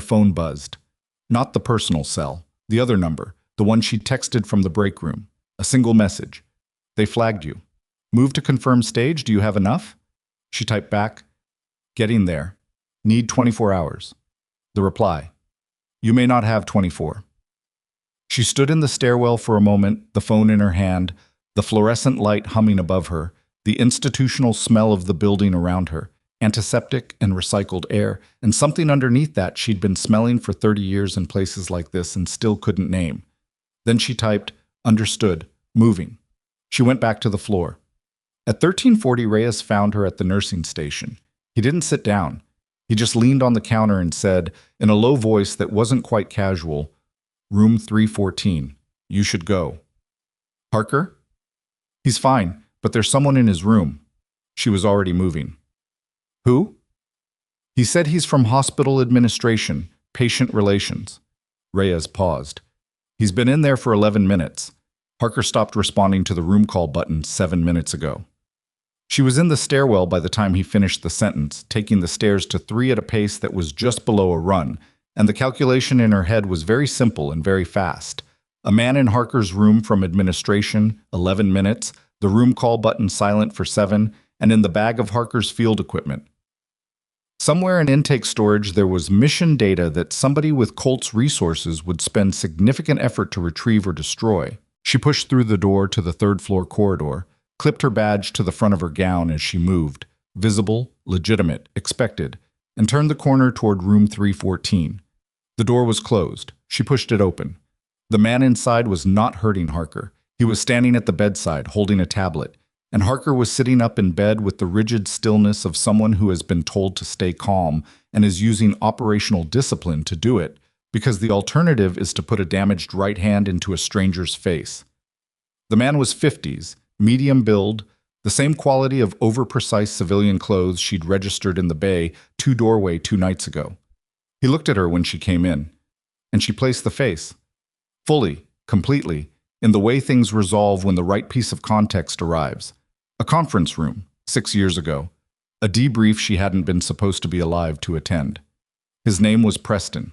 He worked for a company called Meridian Logistics Group, which was a defense contractor, which meant it was theoretically a private corporation and practically a shadow extension of military procurement, the kind of organization that existed in the space between government and private sector where accountability went to die. He'd been at the debrief. He'd been at the table when they decided what to do with her. He recognized her in the same moment she recognized him. She saw it happen, the small, precise flinch of a man confronting a variable his planning hadn't accounted for. "Nurse Vasquez," he said. The voice was even, practiced. "I was just doing a patient satisfaction check." She looked at Harker. He was watching her with the contained readiness of someone who'd been waiting for a signal and had just received one. "Sir," she said to Preston, "visiting hours for non-family, non-medical personnel are 1400 to 1800. It's 1345. I'm authorized administrative staff. I'll need to see your badge." She held out her hand. The gesture was completely ordinary, clinical, procedural, the kind of thing nurses do 100 times a day. Hospital policy for any non-clinical access to post-surgical patient rooms. Preston looked at her hand, then at her face. In the silence of room 314, with the monitor beeping steadily and the parking lot visible through the window, and Harker sitting in the bed between them like a controlled detonation waiting for a timer, something passed between Elena and the man who had been in that debrief room 6 years ago, the particular wordless communication of two people who understand exactly what the other one knows. He knew who she was. She knew what he was there for, and now they both knew the other one knew. He smiled. A professional, empty expression that meant nothing except that he was choosing to exit on his own terms rather than hers. "Of course," he said. He held up a laminated card. Generic administrative, not the Meridian logo, something issued internally by the hospital, which meant Colt had provided it. "My apologies for the timing." He moved to the door. She stepped aside enough to let him pass, not enough to give him comfort. He went into the corridor without looking back. She waited 4 seconds. Then she shut the door, turned to Harker, and said, "We're out of time." Harker was already trying to move his IV line to make it easier to stand. "How long do we have?" "Less than I told you." She looked at the room, the window, the door, the monitor, the IV pole. "Can you walk?" "Yes." "Can you walk fast?" He met her eyes. "Just tell me where." "The SICU first," she said. "Torres needs to know what's happening."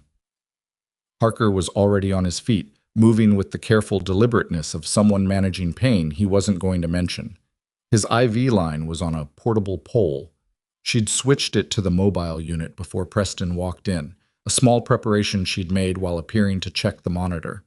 He noticed that and said nothing about it, which told her Torres had described her accurately.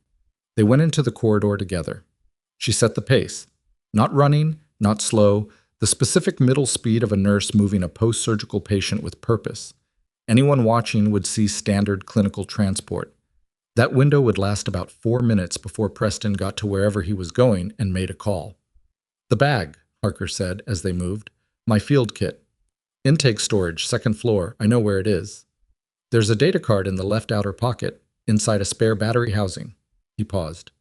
"Mission comms, full log, route deviations, authentication codes, timestamps."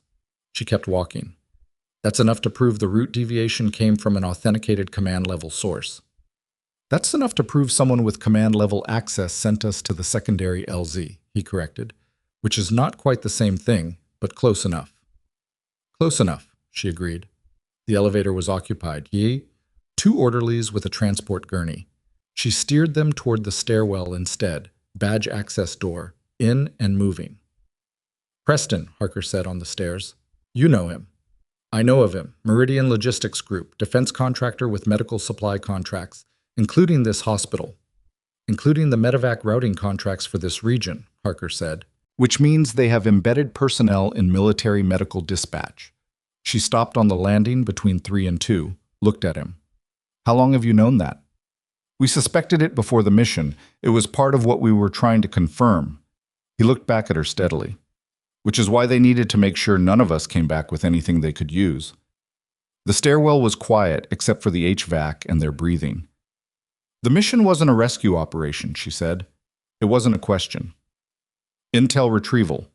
There was documentation, financial transfers, procurement falsification, evidence of Meridian billing the military for medevac services they were deliberately degrading, routing delays, equipment substitutions. People died because evacuation timelines were being manipulated to reduce costs and inflate contract metrics. His voice stayed flat through all of it. The flatness of someone who has been living with this information long enough for the outrage to compress into something harder and more useful. We had a source. We were extracting documentation from a location that Meridian thought was secure. They found out we were coming. And someone with command-level authentication access redirected you. Into an ambush, he paused. Petrov was on the bird. He had a daughter, 8 months old. She didn't say anything. She started moving again. Torres was awake when they came into the SICU. He was also, Elena noted, with the particular resigned awareness of someone who expected this, attempting to sit up despite post-surgical drains and an IV line in each arm and the monitoring equipment of a man who had been in major abdominal surgery less than 12 hours ago. "Don't," she said. "I'm fine." "You're objectively not fine. Stay down." She moved to his bedside. Harker came in behind her, and Torres's eyes went to him with the specific quality of a man checking a status report. "You look like you got hit by something large," Torres said. "Blast," Harker said. "I'm functional." "Your hand." "Functional," Harker repeated. Torres held his gaze for a second and then accepted it the way men accept things they can't fix. Not happily, but cleanly. Elena pulled the privacy curtain. The SICU had 3 other patients, all on the far side of the unit, all in conditions that meant their awareness of the room was limited. The nursing staff was at the central station, visible through the gap in the curtain. She had maybe 10 minutes of unquestioned time before someone came to do a check. "Preston is in the building," she said. "He was in your room." She looked at Harker. "And he's made us." Torres was quiet for a moment. "Preston being here means Colt called him." Colt called him within 45 minutes of me flagging the records audit, which means Colt has a direct line to Meridian's operational people, not just their administrative contacts. "Colt is Meridian's man inside the hospital," Torres said. Not a question, a confirmation of something he'd already suspected. "We thought it was someone in dispatch. We didn't have a name at this level." "You have one now." She checked the monitoring leads, appearing to do clinical work, hands busy. "The mission data card. Harker says it has the full comms log, including the authentication codes on the route deviation," Torres said, "which can be traced back to the originating terminal if someone with the right access runs the query." "I can run it," she said. "I have records access. If the deviation was routed through the hospital's command coordination system, which it would have been if Colt is the point of contact, then the trace runs through hospital servers. And if Colt controls the server audit access, he doesn't control Webb, and Webb has already started pulling logs." Torres looked at her. Something in his face shifted. The particular adjustment of a man who's been running an operation alone for too long and has just identified a resource he didn't know he had. "What do you need from us?" he said. "Stay here. Stay on the monitors. Don't do anything that gives them a clinical reason to move you." She pulled the curtain back slightly, checked the station. Nursing staff still occupied, one doing medication prep, one on the phone. "Harker comes with me. We get the data card. Then we get it to Webb, and we do the trace before Colt realizes what we're doing. And then? Then we make noise, loud, public, documented noise, the kind that's very hard to contain once it starts." Torres looked at his drain, at the monitoring leads, at the IV lines in both arms. His jaw was set with the specific tension of a man whose body has been removed from the operational equation before his mind agreed to it. "Okay," he said. "It cost him something." "I know," she said. She left him to it. On. The intake storage room was on the 2nd floor, south wing, accessible from the clinical corridor through a badge access door that opened to a room the size of a large walk-in closet. Patient belongings, equipment bags, tagged personal effects from trauma admissions. She'd been in it once. She and Harker reached it at 14:02. She badged in. The room was lit by a single overhead, smelled of sealed plastic, and the specific antiseptic that gets sprayed on everything regardless of whether it needs it. The bins were labeled by date and patient encounter number. She found Harker's within 40 seconds. She'd memorized the bin number when she photographed it that morning. She handed him the bag. He broke the seal. His right hand wasn't useful for fine work, but his left hand was efficient, and the battery housing in the left outer pocket opened in 5 seconds to reveal a data card the size of a thumbnail, matte black, no labeling. "This is everything?" she said. "This is enough." He pocketed it. Then he looked at the other bags in the surrounding bins. "There's one more thing. Petrov's bag. It should be here." She scanned the labels. Found it. 2 bins down, same date group. She pulled it forward. "He was carrying a secondary copy," Parker said. "We split the documentation in case one of us—" He stopped. "Left outer pocket, same location." She opened the bag. Left outer pocket. Inside the battery housing. Another card. She held it up. Parker closed his eyes briefly, then opened them. "He carried that the whole way in and the whole way out." She didn't say anything. She resealed both bags exactly as they'd been, photographed the seals, and put them back. She put both data cards in her pocket, and they left. Webb was at his workstation when she came in, and this time she didn't knock. She closed the door behind Harker, and Webb turned from his monitors with the startled look of a man who wasn't expecting company. "I need to run a command coordination trace," she said. "Authentication log for a route deviation transmitted approximately 2:156 night before last. Source terminal unknown, authentication level command equivalent." Webb stared at her. Then at Harker, who was standing in the corner in a hospital gown with an IV pole and a bandaged hand in the posture of someone who is in pain and doesn't plan to mention it. "Who is— Can you run the trace?" she said. "That kind of query requires—" "Webb." She set both data cards on his desk. "I need you to plug these into an isolated terminal, not the network, a standalone. Read the authentication codes on the comms log and trace them against the hospital's command coordination server access records." She paused. "I believe the trace is going to show that the command-level authentication used to redirect a military extraction route 2 nights ago originated from a terminal assigned to the deputy director's office." The room was very quiet. Webb looked at the cards, then at his monitors, then at her. "If I do this, you're doing your job. You flagged a security anomaly this morning. This is the follow-up. If Colt finds out, you're a junior contractor who followed standard audit protocol in response to a staff query and escalated the findings through appropriate channels." She looked at him steadily. "That's exactly what you are." He sat there for a long moment with his hands in his lap, and the expression of a man deciding whether his personal risk tolerance is sufficient for the next thing in his life.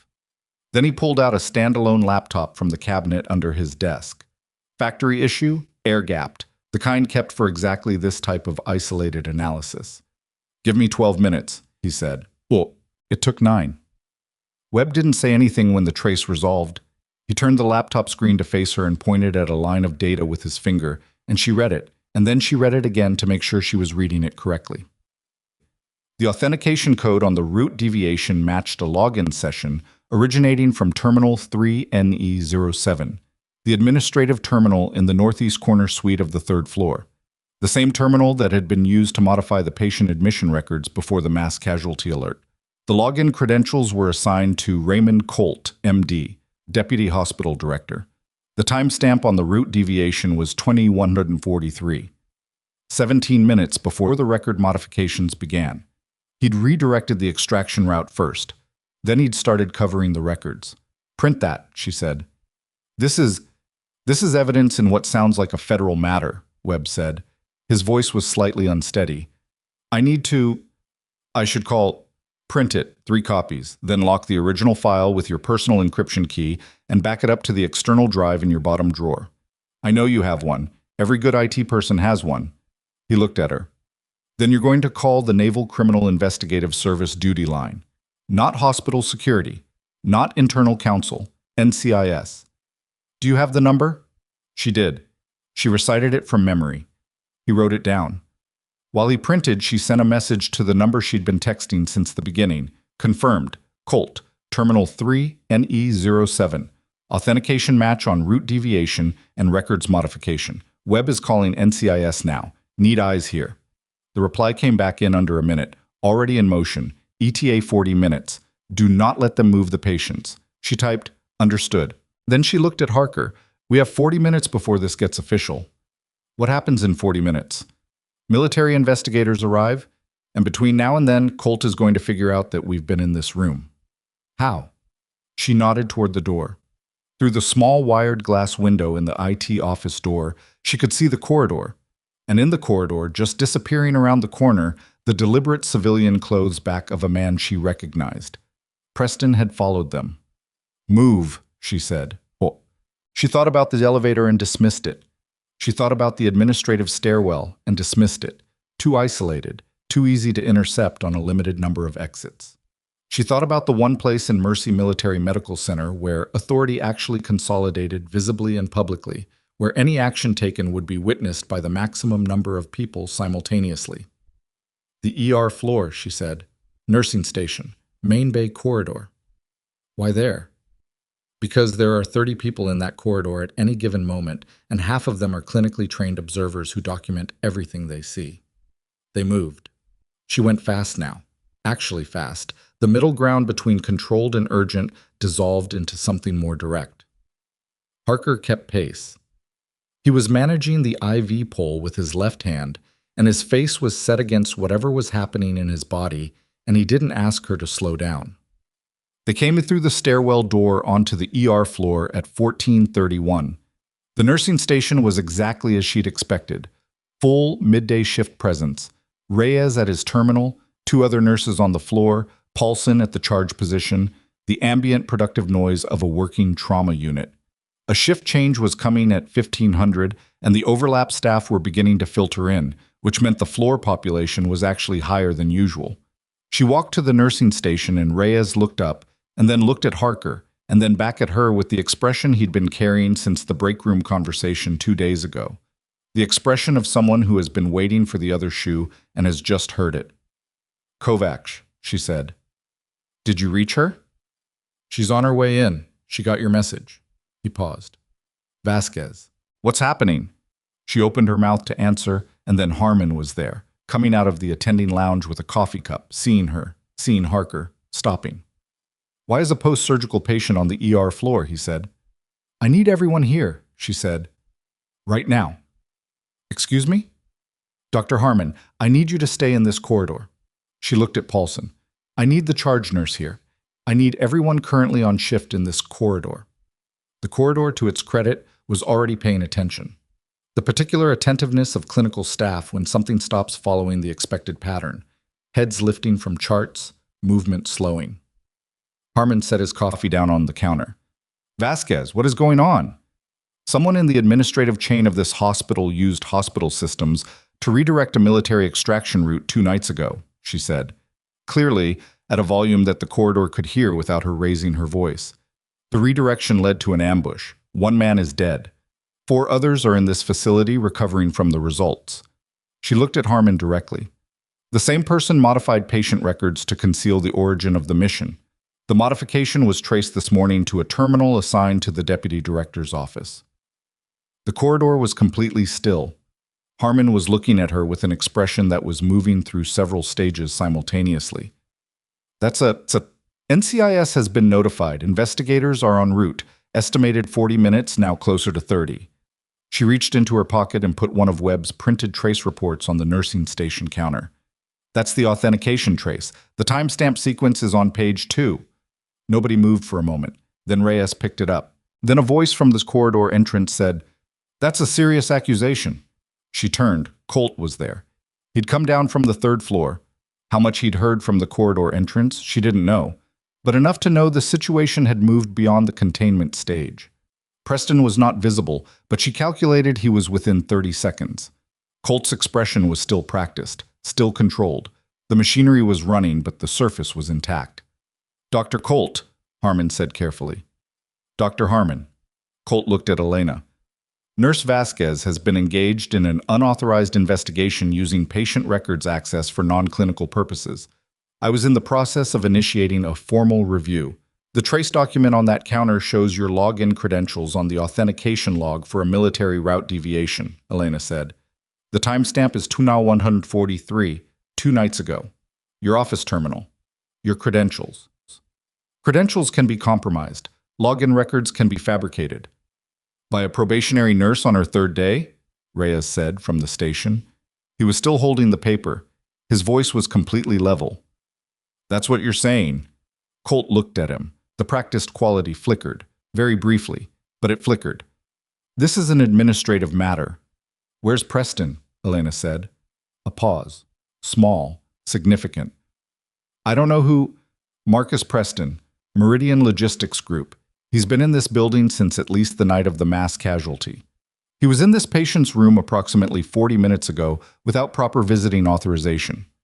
She looked at Harker, who was standing next to the nursing station counter with his IV pole in his bandaged hand, and the absolute stillness of someone who has been in enough rooms to know when to let a situation develop without adding to it.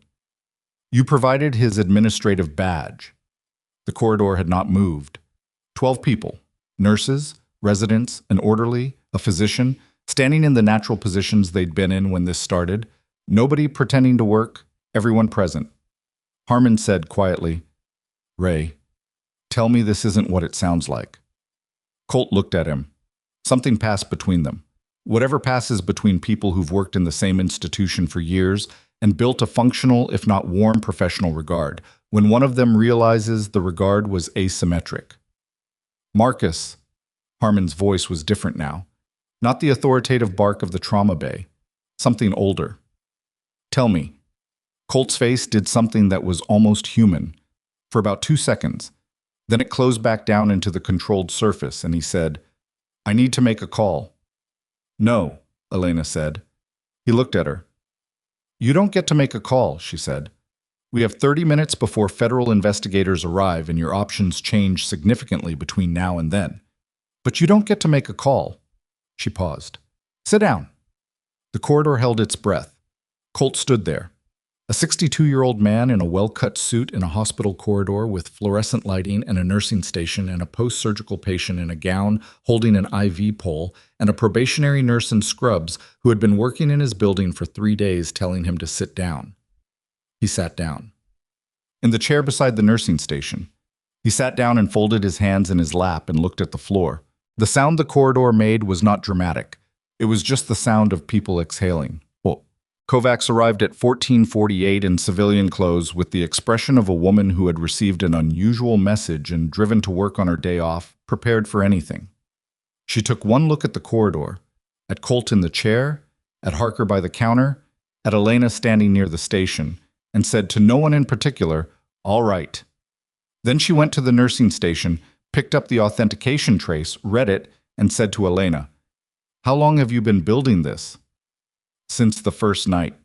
Kovacs set the paper down. Who are you? Elena looked at her.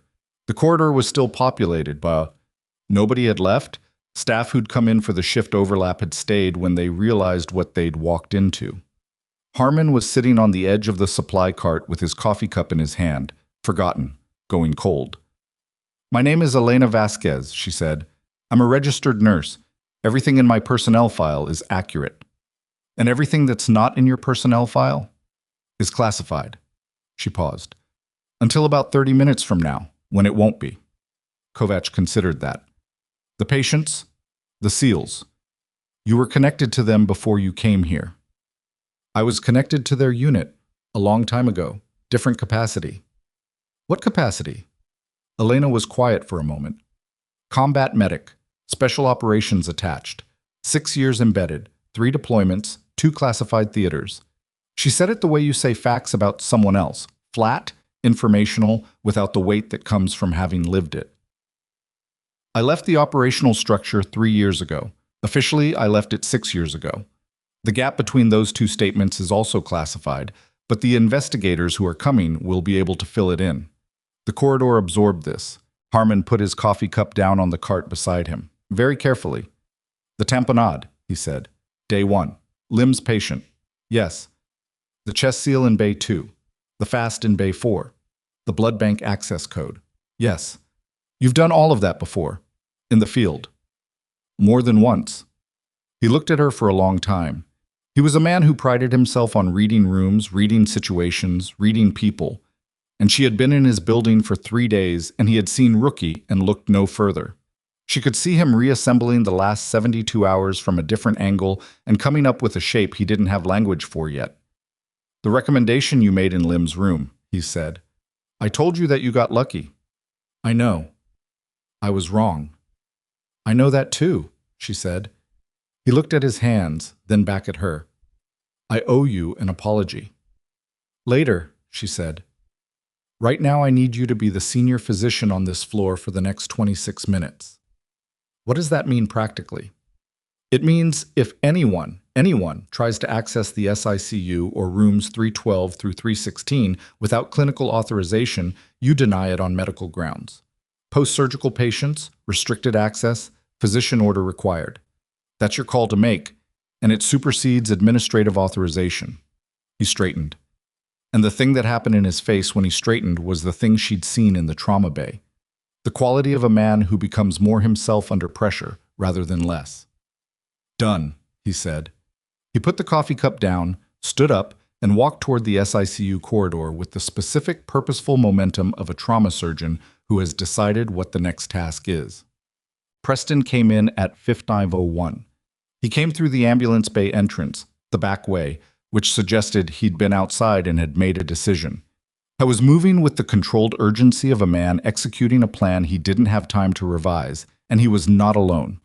There was a second man with him, younger, 30-something, wearing the same quality of over-precise civilian clothes, the specific physical type that security contractors produce. Elena saw them from the nursing station. She had 21 minutes on her mental clock. She also had Reyes on her left, Kovacs on her right, and approximately 14 clinical staff in the immediate vicinity who had heard everything and were now watching the corridor with the focused attention of people who understand that what's happening is not a drill. Preston saw Colt. Colt looked at him from the chair. Something passed between them. The look of people who've been in business together long enough to read each other's situations. Preston's eyes found Elena.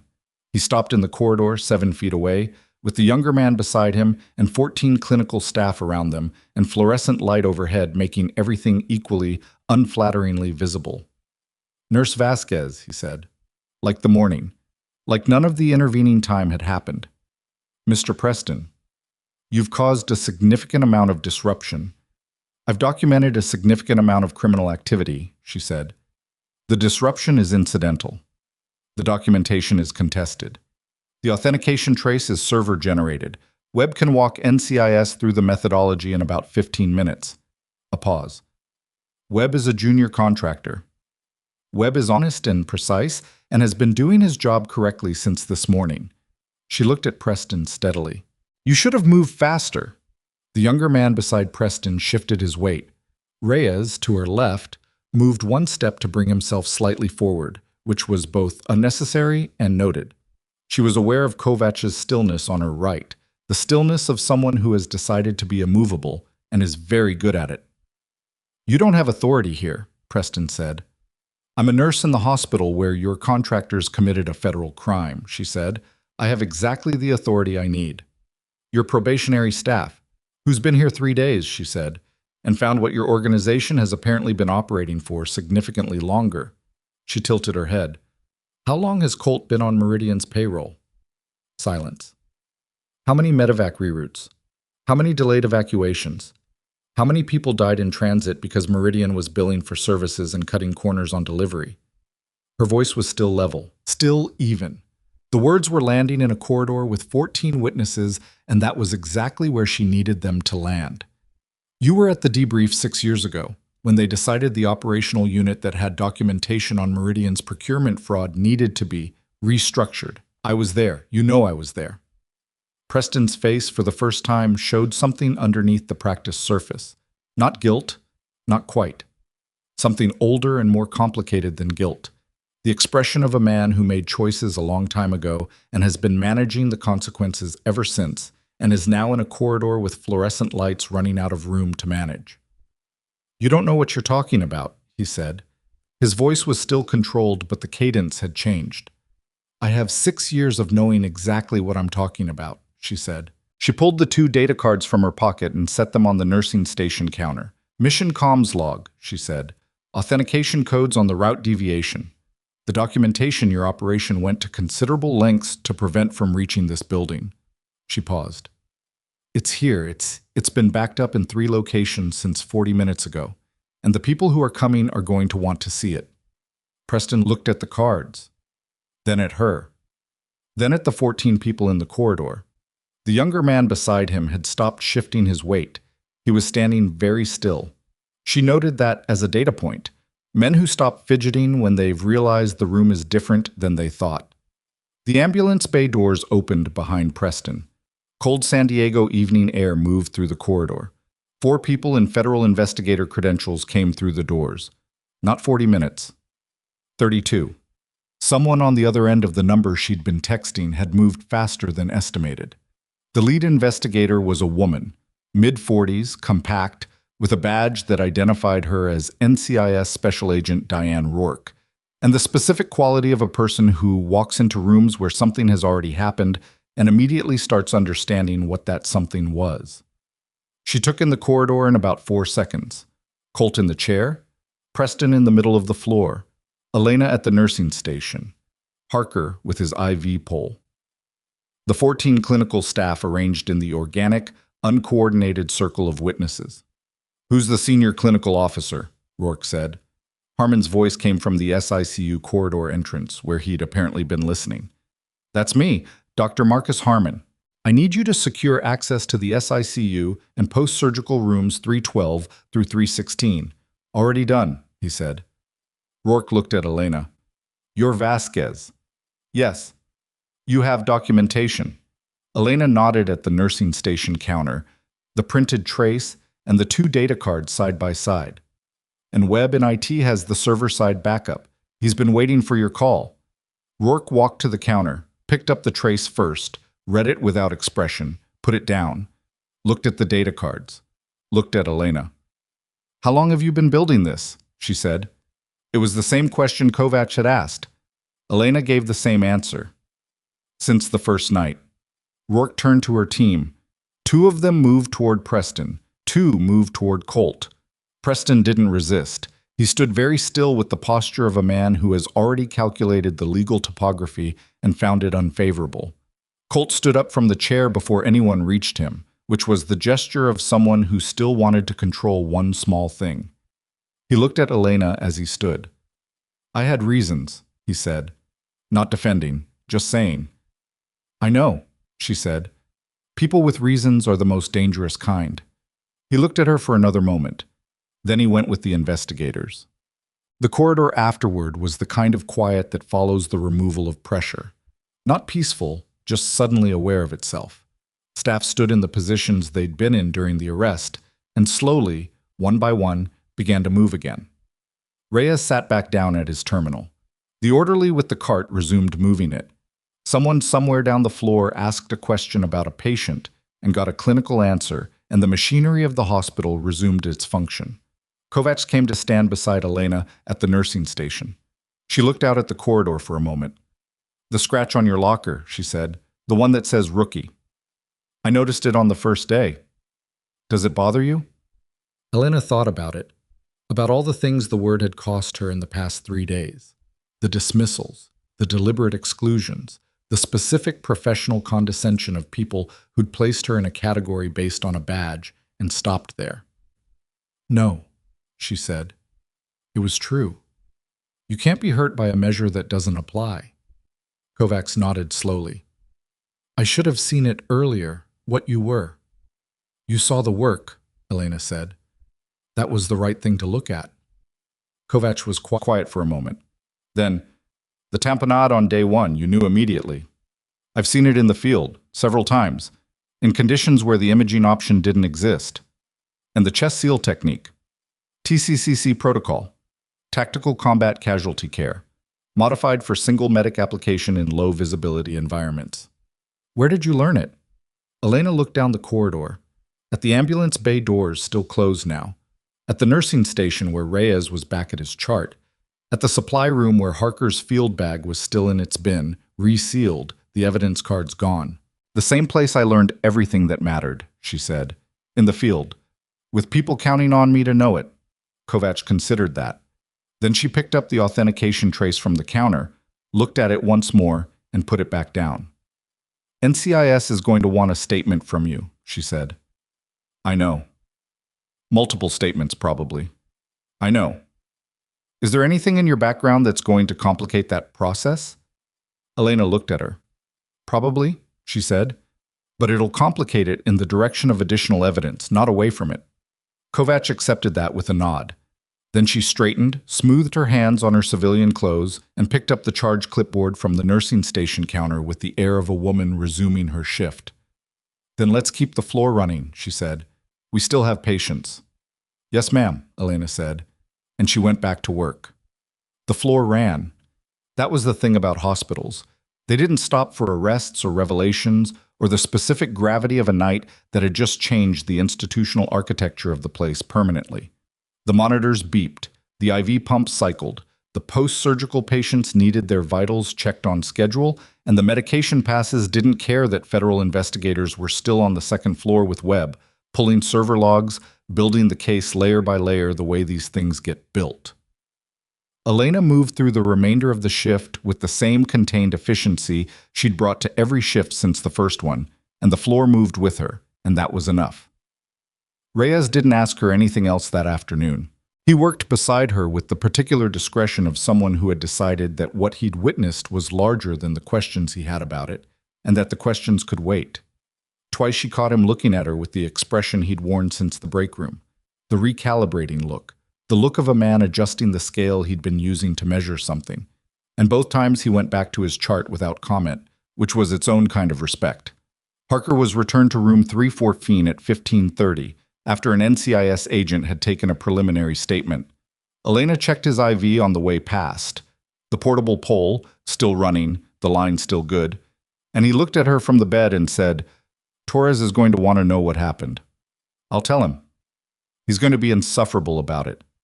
He's earned it, she said. Parker almost smiled. The first time she'd seen anything close to it from him. It didn't quite make it all the way to his eyes, because there was still Petrov in there, and that wasn't going to resolve in an afternoon or a month, but the attempt was there. Thank you, he said, simply, without the weight some people put on it. Rest, she said, and moved on. NCIS Special Agent Rourke found her at 17:15, between a vitals check and a medication pass, which was poor timing from an investigative standpoint, and Elena told her so. 10 minutes, Rourke said. Preliminary only. The full debrief happens tomorrow, off-site. They went to the conference room, not conference room B, where Elena had told Harmon to meet her hours ago, before everything accelerated. A different one, smaller, on the first floor, with a table that had seen better decades and chairs that wobbled. Rourke sat across from her with a legal pad and a pen, and the manner of someone who already knows most of what she's about to ask, but is building a documented record. Your name in the classified operational record is Vasquez, Elena Marie. The classification level on the file is, I know the classification level, Rourke said. I spent 40 minutes on the phone with Naval Special Warfare Command this afternoon. They know you're here. They've been not looking for you exactly, more like aware that you were active somewhere and waiting. They knew I was operational. They suspected. They didn't have confirmation. Rourke looked at her notes. The cover identity you've been running, the nursing credentials, the background file, those are legitimate. I was a nurse before I was a medic, Elena said. The credentials came first. I updated the licensure 3 years ago through a state board process. Everything in the file is real. The probationary assignment at this facility specifically.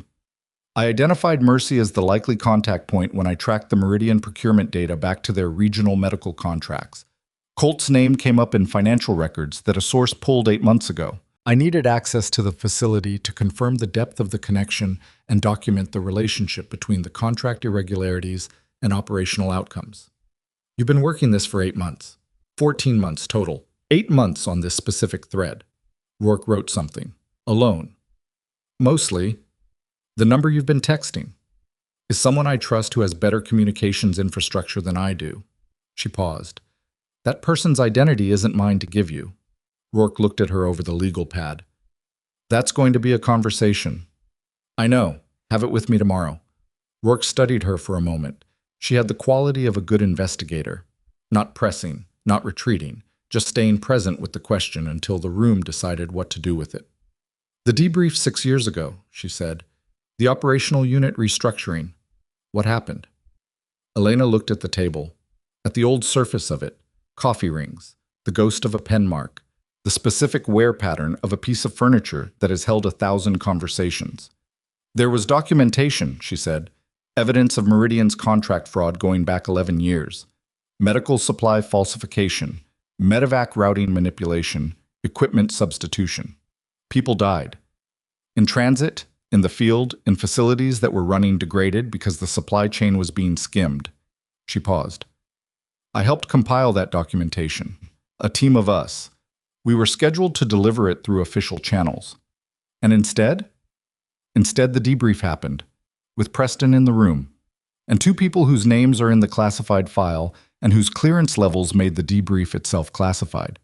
And the determination was made that the documentation raised questions that were complicated, that there were relationships between Meridian and certain procurement oversight positions that made a direct criminal referral politically difficult. She kept her voice even. They were going to bury it. And the unit was restructured, dispersed. The operational team was separated and reassigned. I was told my contract with the special operations component was terminated. The documentation was classified at a level that made it effectively inaccessible. But you kept copies. I kept what I could. She looked at Rourke directly. And I spent the next 3 years rebuilding what I didn't have, because the fraud continued, the medevac manipulation continued, and every 6 months or so, somewhere, a service member died in transit who shouldn't have. The conference room was quiet. Petrov, Rourke said, was the most recent. He won't be the last unless this stops. Rourke wrote for a moment, then she put the pen down and sat back in her chair. The data cards Webb has in custody, the authentication trace, the server logs, combined with what you've been building for 14 months, is that enough? For Colt, yes. For Preston, yes. For the full Meridian structure. She paused. It's enough to open the door. What's behind the door is going to take longer. How much longer? As long as it takes, Elena said. That's not my answer. That's just what it is. Rourke looked at her for a moment. Then she picked up the pen again. Okay, she said. Tomorrow. Off-site. I'll be there. Wear something other than scrubs. I own other things, Elena said. Rourke almost smiled. It was brief and professional and gone immediately. I know, she said. I read your file. She finished the shift at 18:32, 32 minutes late, because there was a dressing change that ran long, and she didn't hand it off incomplete. She signed out, went to the locker room. She stood at locker 41 and looked at the scratch on the door for a moment. Then she changed, collected her jacket, and walked out. Well, the courtyard between the main hospital building and the administrative tower was empty at 1840 except for a bench and a metal trash can and the particular San Diego evening light that turns everything briefly golden before the marine layer comes in and turns it gray.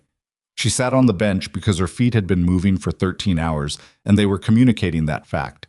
She sat there for maybe 4 minutes before she heard footsteps on the concrete path. Harmon came around the corner. Civilian clothes, so he'd changed. And his hands in his jacket pockets, and the expression of a man who had spent the last 2 hours thinking about something and had decided to say it out loud rather than carry it home. He sat down on the other end of the bench without asking if the seat was available. They both looked at the administrative tower for a moment. Third floor corner was dark. I owe you an apology, he said. I said that inside. I mean it. You said it. That's enough. I told you that you got lucky with the tamponade. You didn't know. That's not an excuse. He was quiet for a moment. I've been practicing medicine for 17 years. I'm good at what I do. I know I'm good at what I do, which is not always a comfortable thing to know about yourself because it makes you stop looking as carefully as you should. He paused. I looked at your badge, and I stopped looking. She didn't tell him it was fine because it wasn't fine, and he wasn't asking her to say it was. He was saying what he meant without softening it, which was the only way apologies actually work. Thank you, she said. That was all. He nodded. They sat with the evening for a moment. The field work, he said. The stuff you can tell me about. Some of it. The chest seal technique, modified single medic application, you said.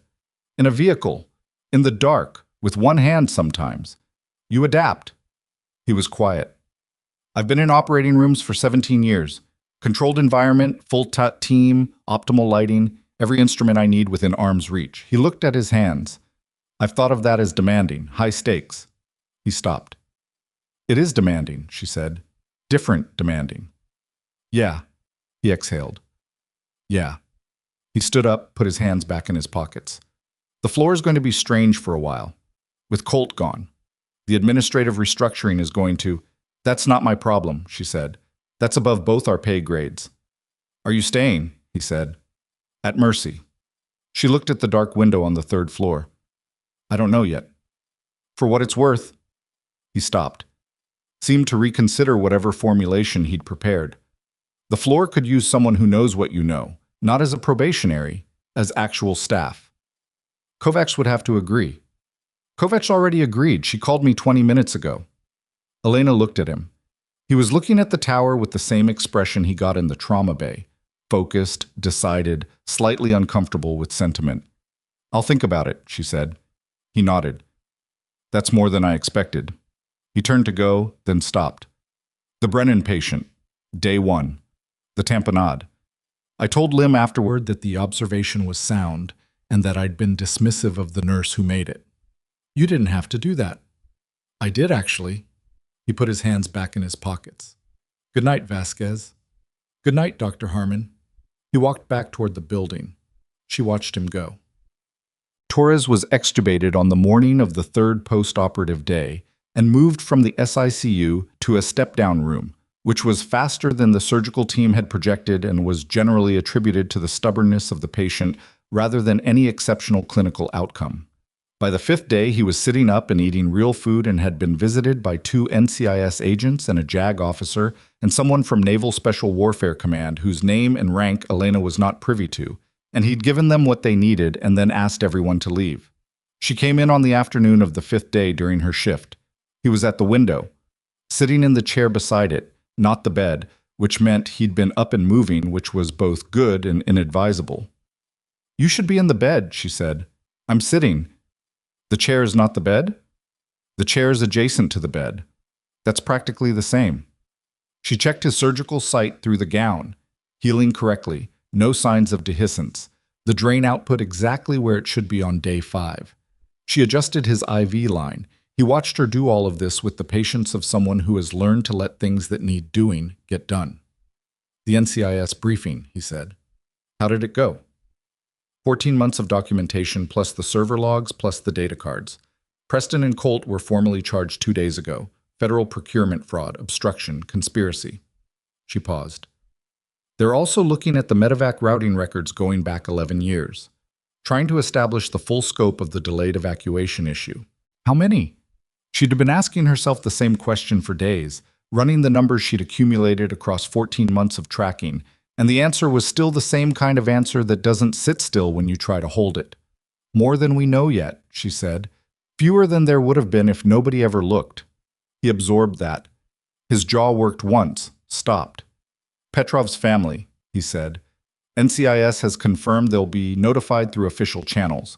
His death will be reclassified from training incident to line of duty, which changes the benefit structure significantly. She paused. His daughter will be taken care of, as much as she can be.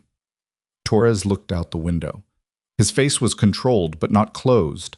There was grief in it that he wasn't performing or suppressing, just carrying the way people carry things that don't go away. He would have hated all of this, Torres said. The paperwork, the official channels. Most people who do the work hate the paperwork. He would have wanted to know it mattered, that what we went in to get, that it actually did something. It did something, she said. It's still doing something. It'll be doing something in federal court for the next 2 years. He nodded, slowly. And you? He said. What happens to you? She looked at the window, at the parking lot below and the strip of visible ocean on the horizon, the marine layer coming in off the water the way it did every afternoon at this hour. There's a debrief process, she said, several of them. Naval Special Warfare Command wants a full account of the last 3 years. NCIS wants the 14 months. There's a legal review of the cover identity question. She paused. It'll take time. And after? I don't know yet. Elena, He said it the way he'd said it in Bay 2, with weight, not the call sign, just her name. "What do you want?" She was quiet for a moment. It was an unusual question, not because nobody ever asked it, but because the people who asked it usually asked it to fill silence rather than to receive an answer, and Torres was asking it as a genuine inquiry, with the specific quality of someone who will sit and wait for the real response rather than the managed one. "I want to keep doing this," she said finally. "The nursing, the floor work." She looked at her hands. "I spent 6 years doing the field version of what this floor does, keeping people alive under conditions that weren't designed for it. This," she looked at the room, the monitor, the institutional specificity of a post-surgical step-down room. "This is the same work with better equipment and more controlled conditions. I'm good at it." "You're better than good at it." "I'm experienced at it. That's different." "Is it?" She thought about Harmon on the first day telling her she got lucky. About Lim in the corridor, redirecting without thanking her, which was exactly right. About Reyes in the supply room saying, "Don't get weird on me and we'll be okay," and not getting weird on her when it counted. About Kovacs, who had seen the work and said so. "I want the floor," she said. "Actual staff, not probationary. I want to do the work correctly without having to navigate around it." "Then do it. I'm working on it." "Elena." He looked at her directly. "You've been working on everything for 3 years alone. You're allowed to just do the thing without it being an operation." She looked at him. He looked back. The afternoon light came through the window and caught the dust in the air between them, and the monitor beeped steadily, and the hospital made its constant sounds around them. "You're better at the debrief than I am," she said. "I've had more practice." He almost smiled. "Also, I've been sitting here for 5 days with nothing to do but think. You should sleep more. You sound like a nurse." "I am a nurse," she said, "but..." The formal reclassification of Elena Vasquez's operational record happened on a Tuesday morning in a conference room on a naval installation that was not Mercy Military Medical Center, with a JAG officer and 2 senior representatives from Naval Special Warfare Command and NCIS agent Rourke, and a stenographer and a legal review board that had been convened specifically for this case. It took 4 hours. The documents that emerged from those 4 hours were classified at a level that meant they would not be publicly available for decades, if ever. But their practical effect was immediate and unambiguous. The operational record that had been sealed 6 years ago was unsealed, reviewed, and amended. The assessment attached to Elena Vasquez's service history, the one that had used language like unauthorized disclosure risk and operational security liability, language chosen specifically to make her unfindable and to make anyone who found her reluctant to listen, was formally expunged. In its place, the amended record listed her rank. She had not held rank in the conventional sense, but the special operations structure had an equivalent designation, and it was applied retroactively, along with her operational history: 6 years, 3 theaters, 112 documented combat medical interventions, 47 of which were categorized as critical, meaning the patient would not have survived without her specific intervention. It listed 2 unit commendations that had never been formally processed because the unit had been dispersed before the paperwork cleared. It listed her correctly. She sat at the conference table and listened to the JAG officer read the amended record aloud, as required by the process, and she looked at the table and kept her face neutral, and somewhere in the middle of it she put her hands flat on the table surface and held them still. Rourke, across the table, watched her do that and said nothing. When it was done, the senior naval special warfare representative, a rear admiral named Castine, who had the compact gravity of someone who has spent 40 years making decisions that other people live with, looked at her across the table. "On behalf of Naval Special Warfare Command," he said, "I want to formally acknowledge the work you did. In the field, and in the past 14 months." He paused. "The investigation into Meridian Logistics Group's procurement fraud has identified irregularities affecting 131 medevac cases over 11 years. 17 of those cases resulted in deaths attributed at least in part to delayed or degraded evacuation services. The documentation you preserved and the investigation you initiated is directly responsible for that accounting." The room was quiet. 17, she said. "Confirmed so far. The review is ongoing." She held that. 17 names she didn't know, in cases she hadn't seen, In the years she'd spent tracking a thread through financial records and contractor databases, and the specific grinding work of building evidence that would survive contact with a federal investigation. 17 people who hadn't come home, and a number she didn't know yet of people who had, because the evacuation that should have been degraded wasn't, because someone somewhere in the chain had been watching. She didn't say anything for a moment. Castine waited. "Thank you," she said, finally. "Admiral?" He nodded.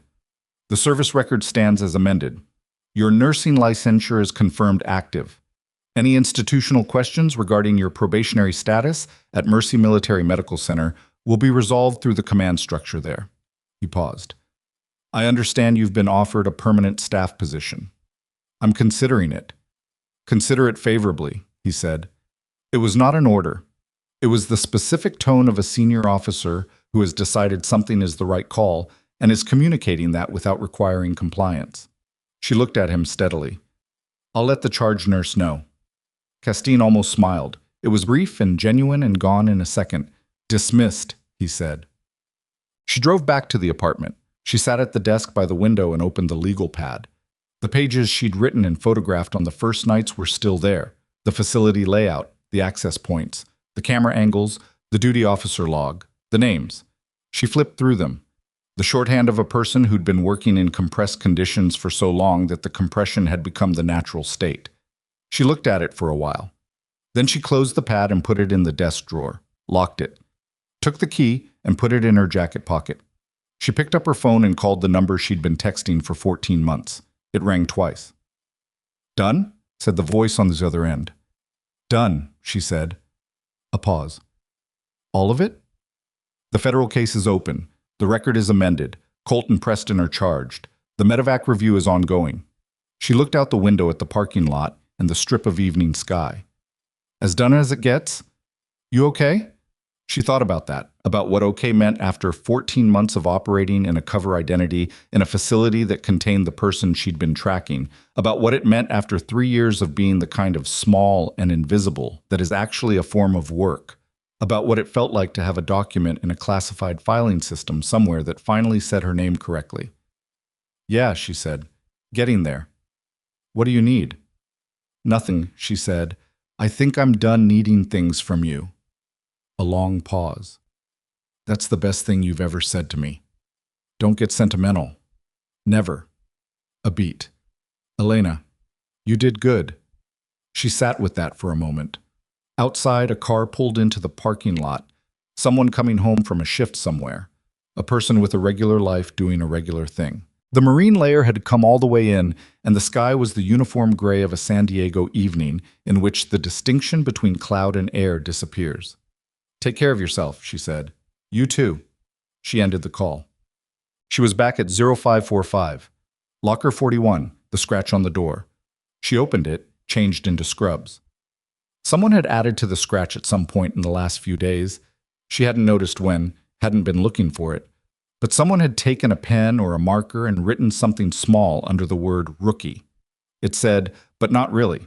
She looked at it for a moment, then she closed the locker and went to the briefing room.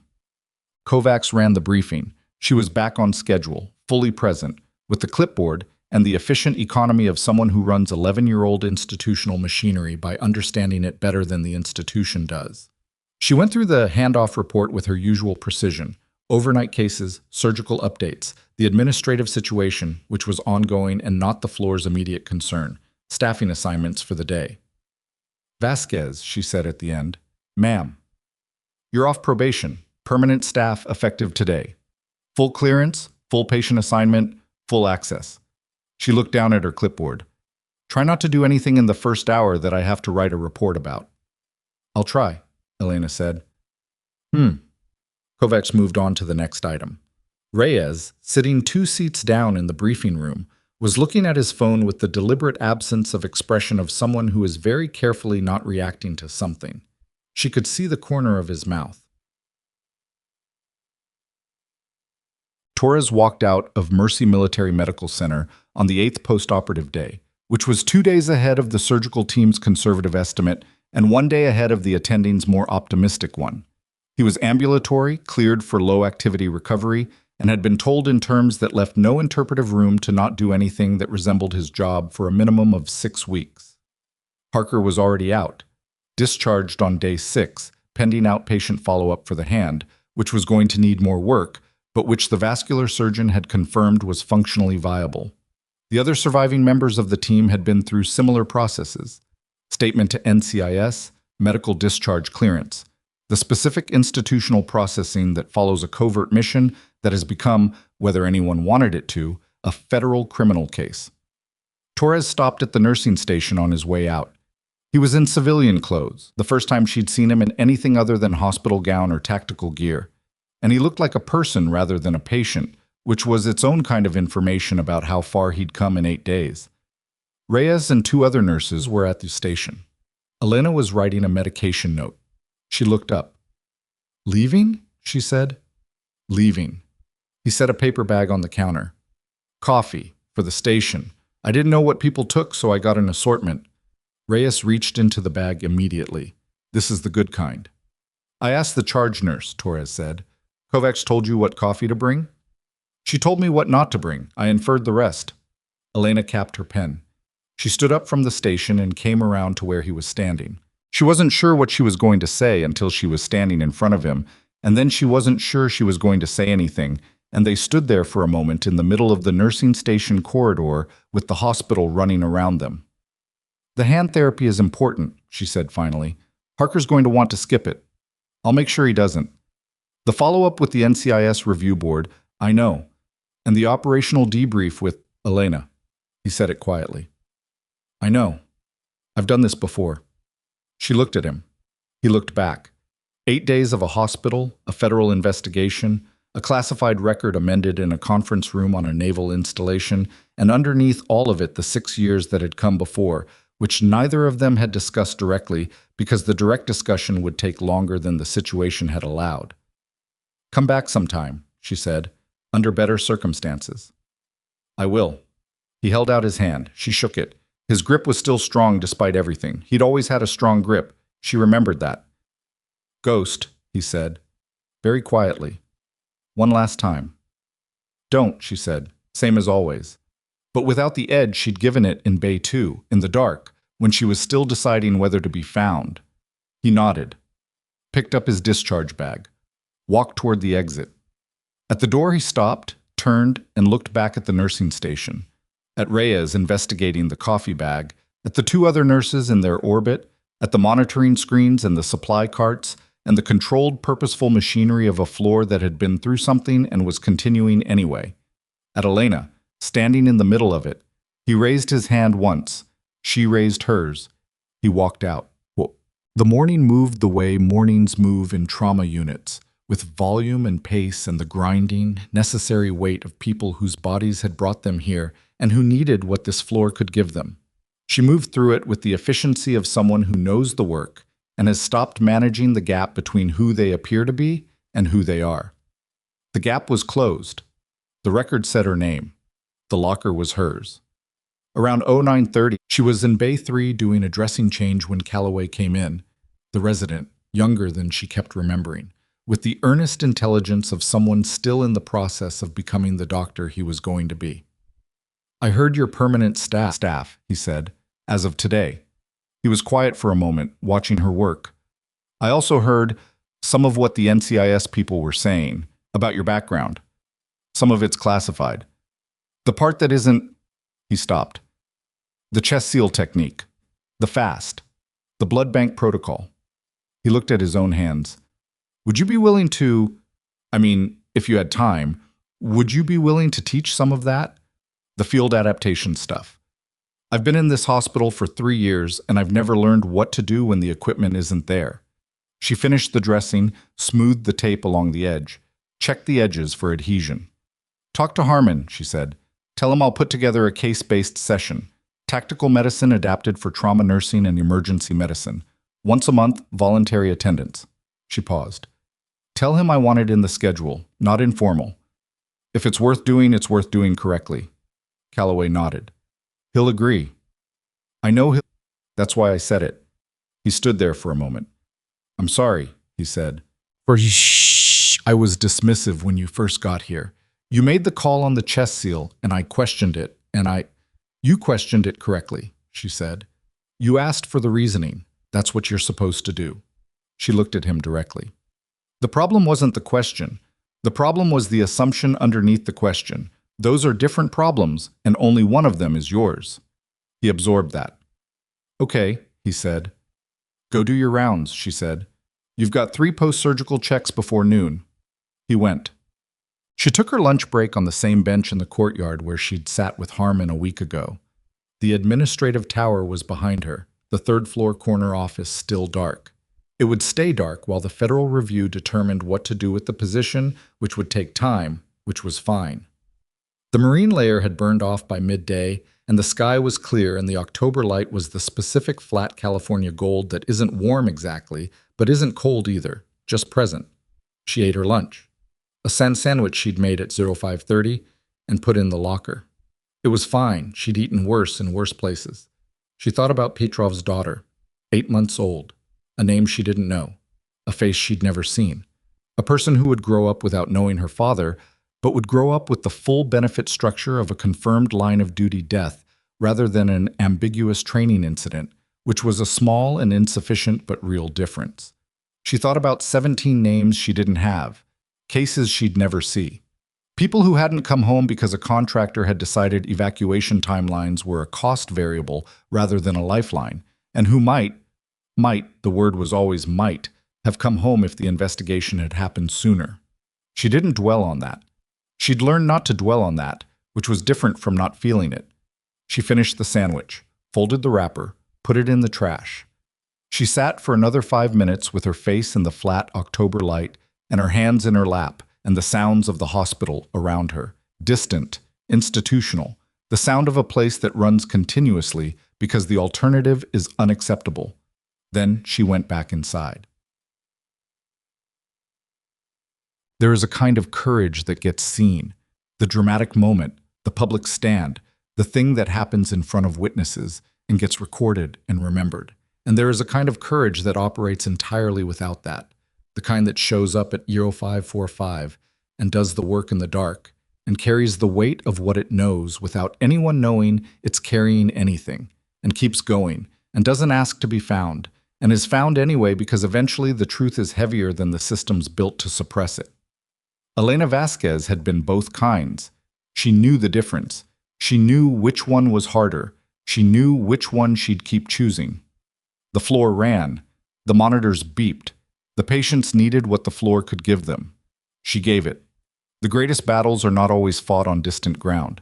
Sometimes they are fought in ordinary corridors, under ordinary light, by people no one thought to look at twice. And won the same way every real battle is won, one decision at a time,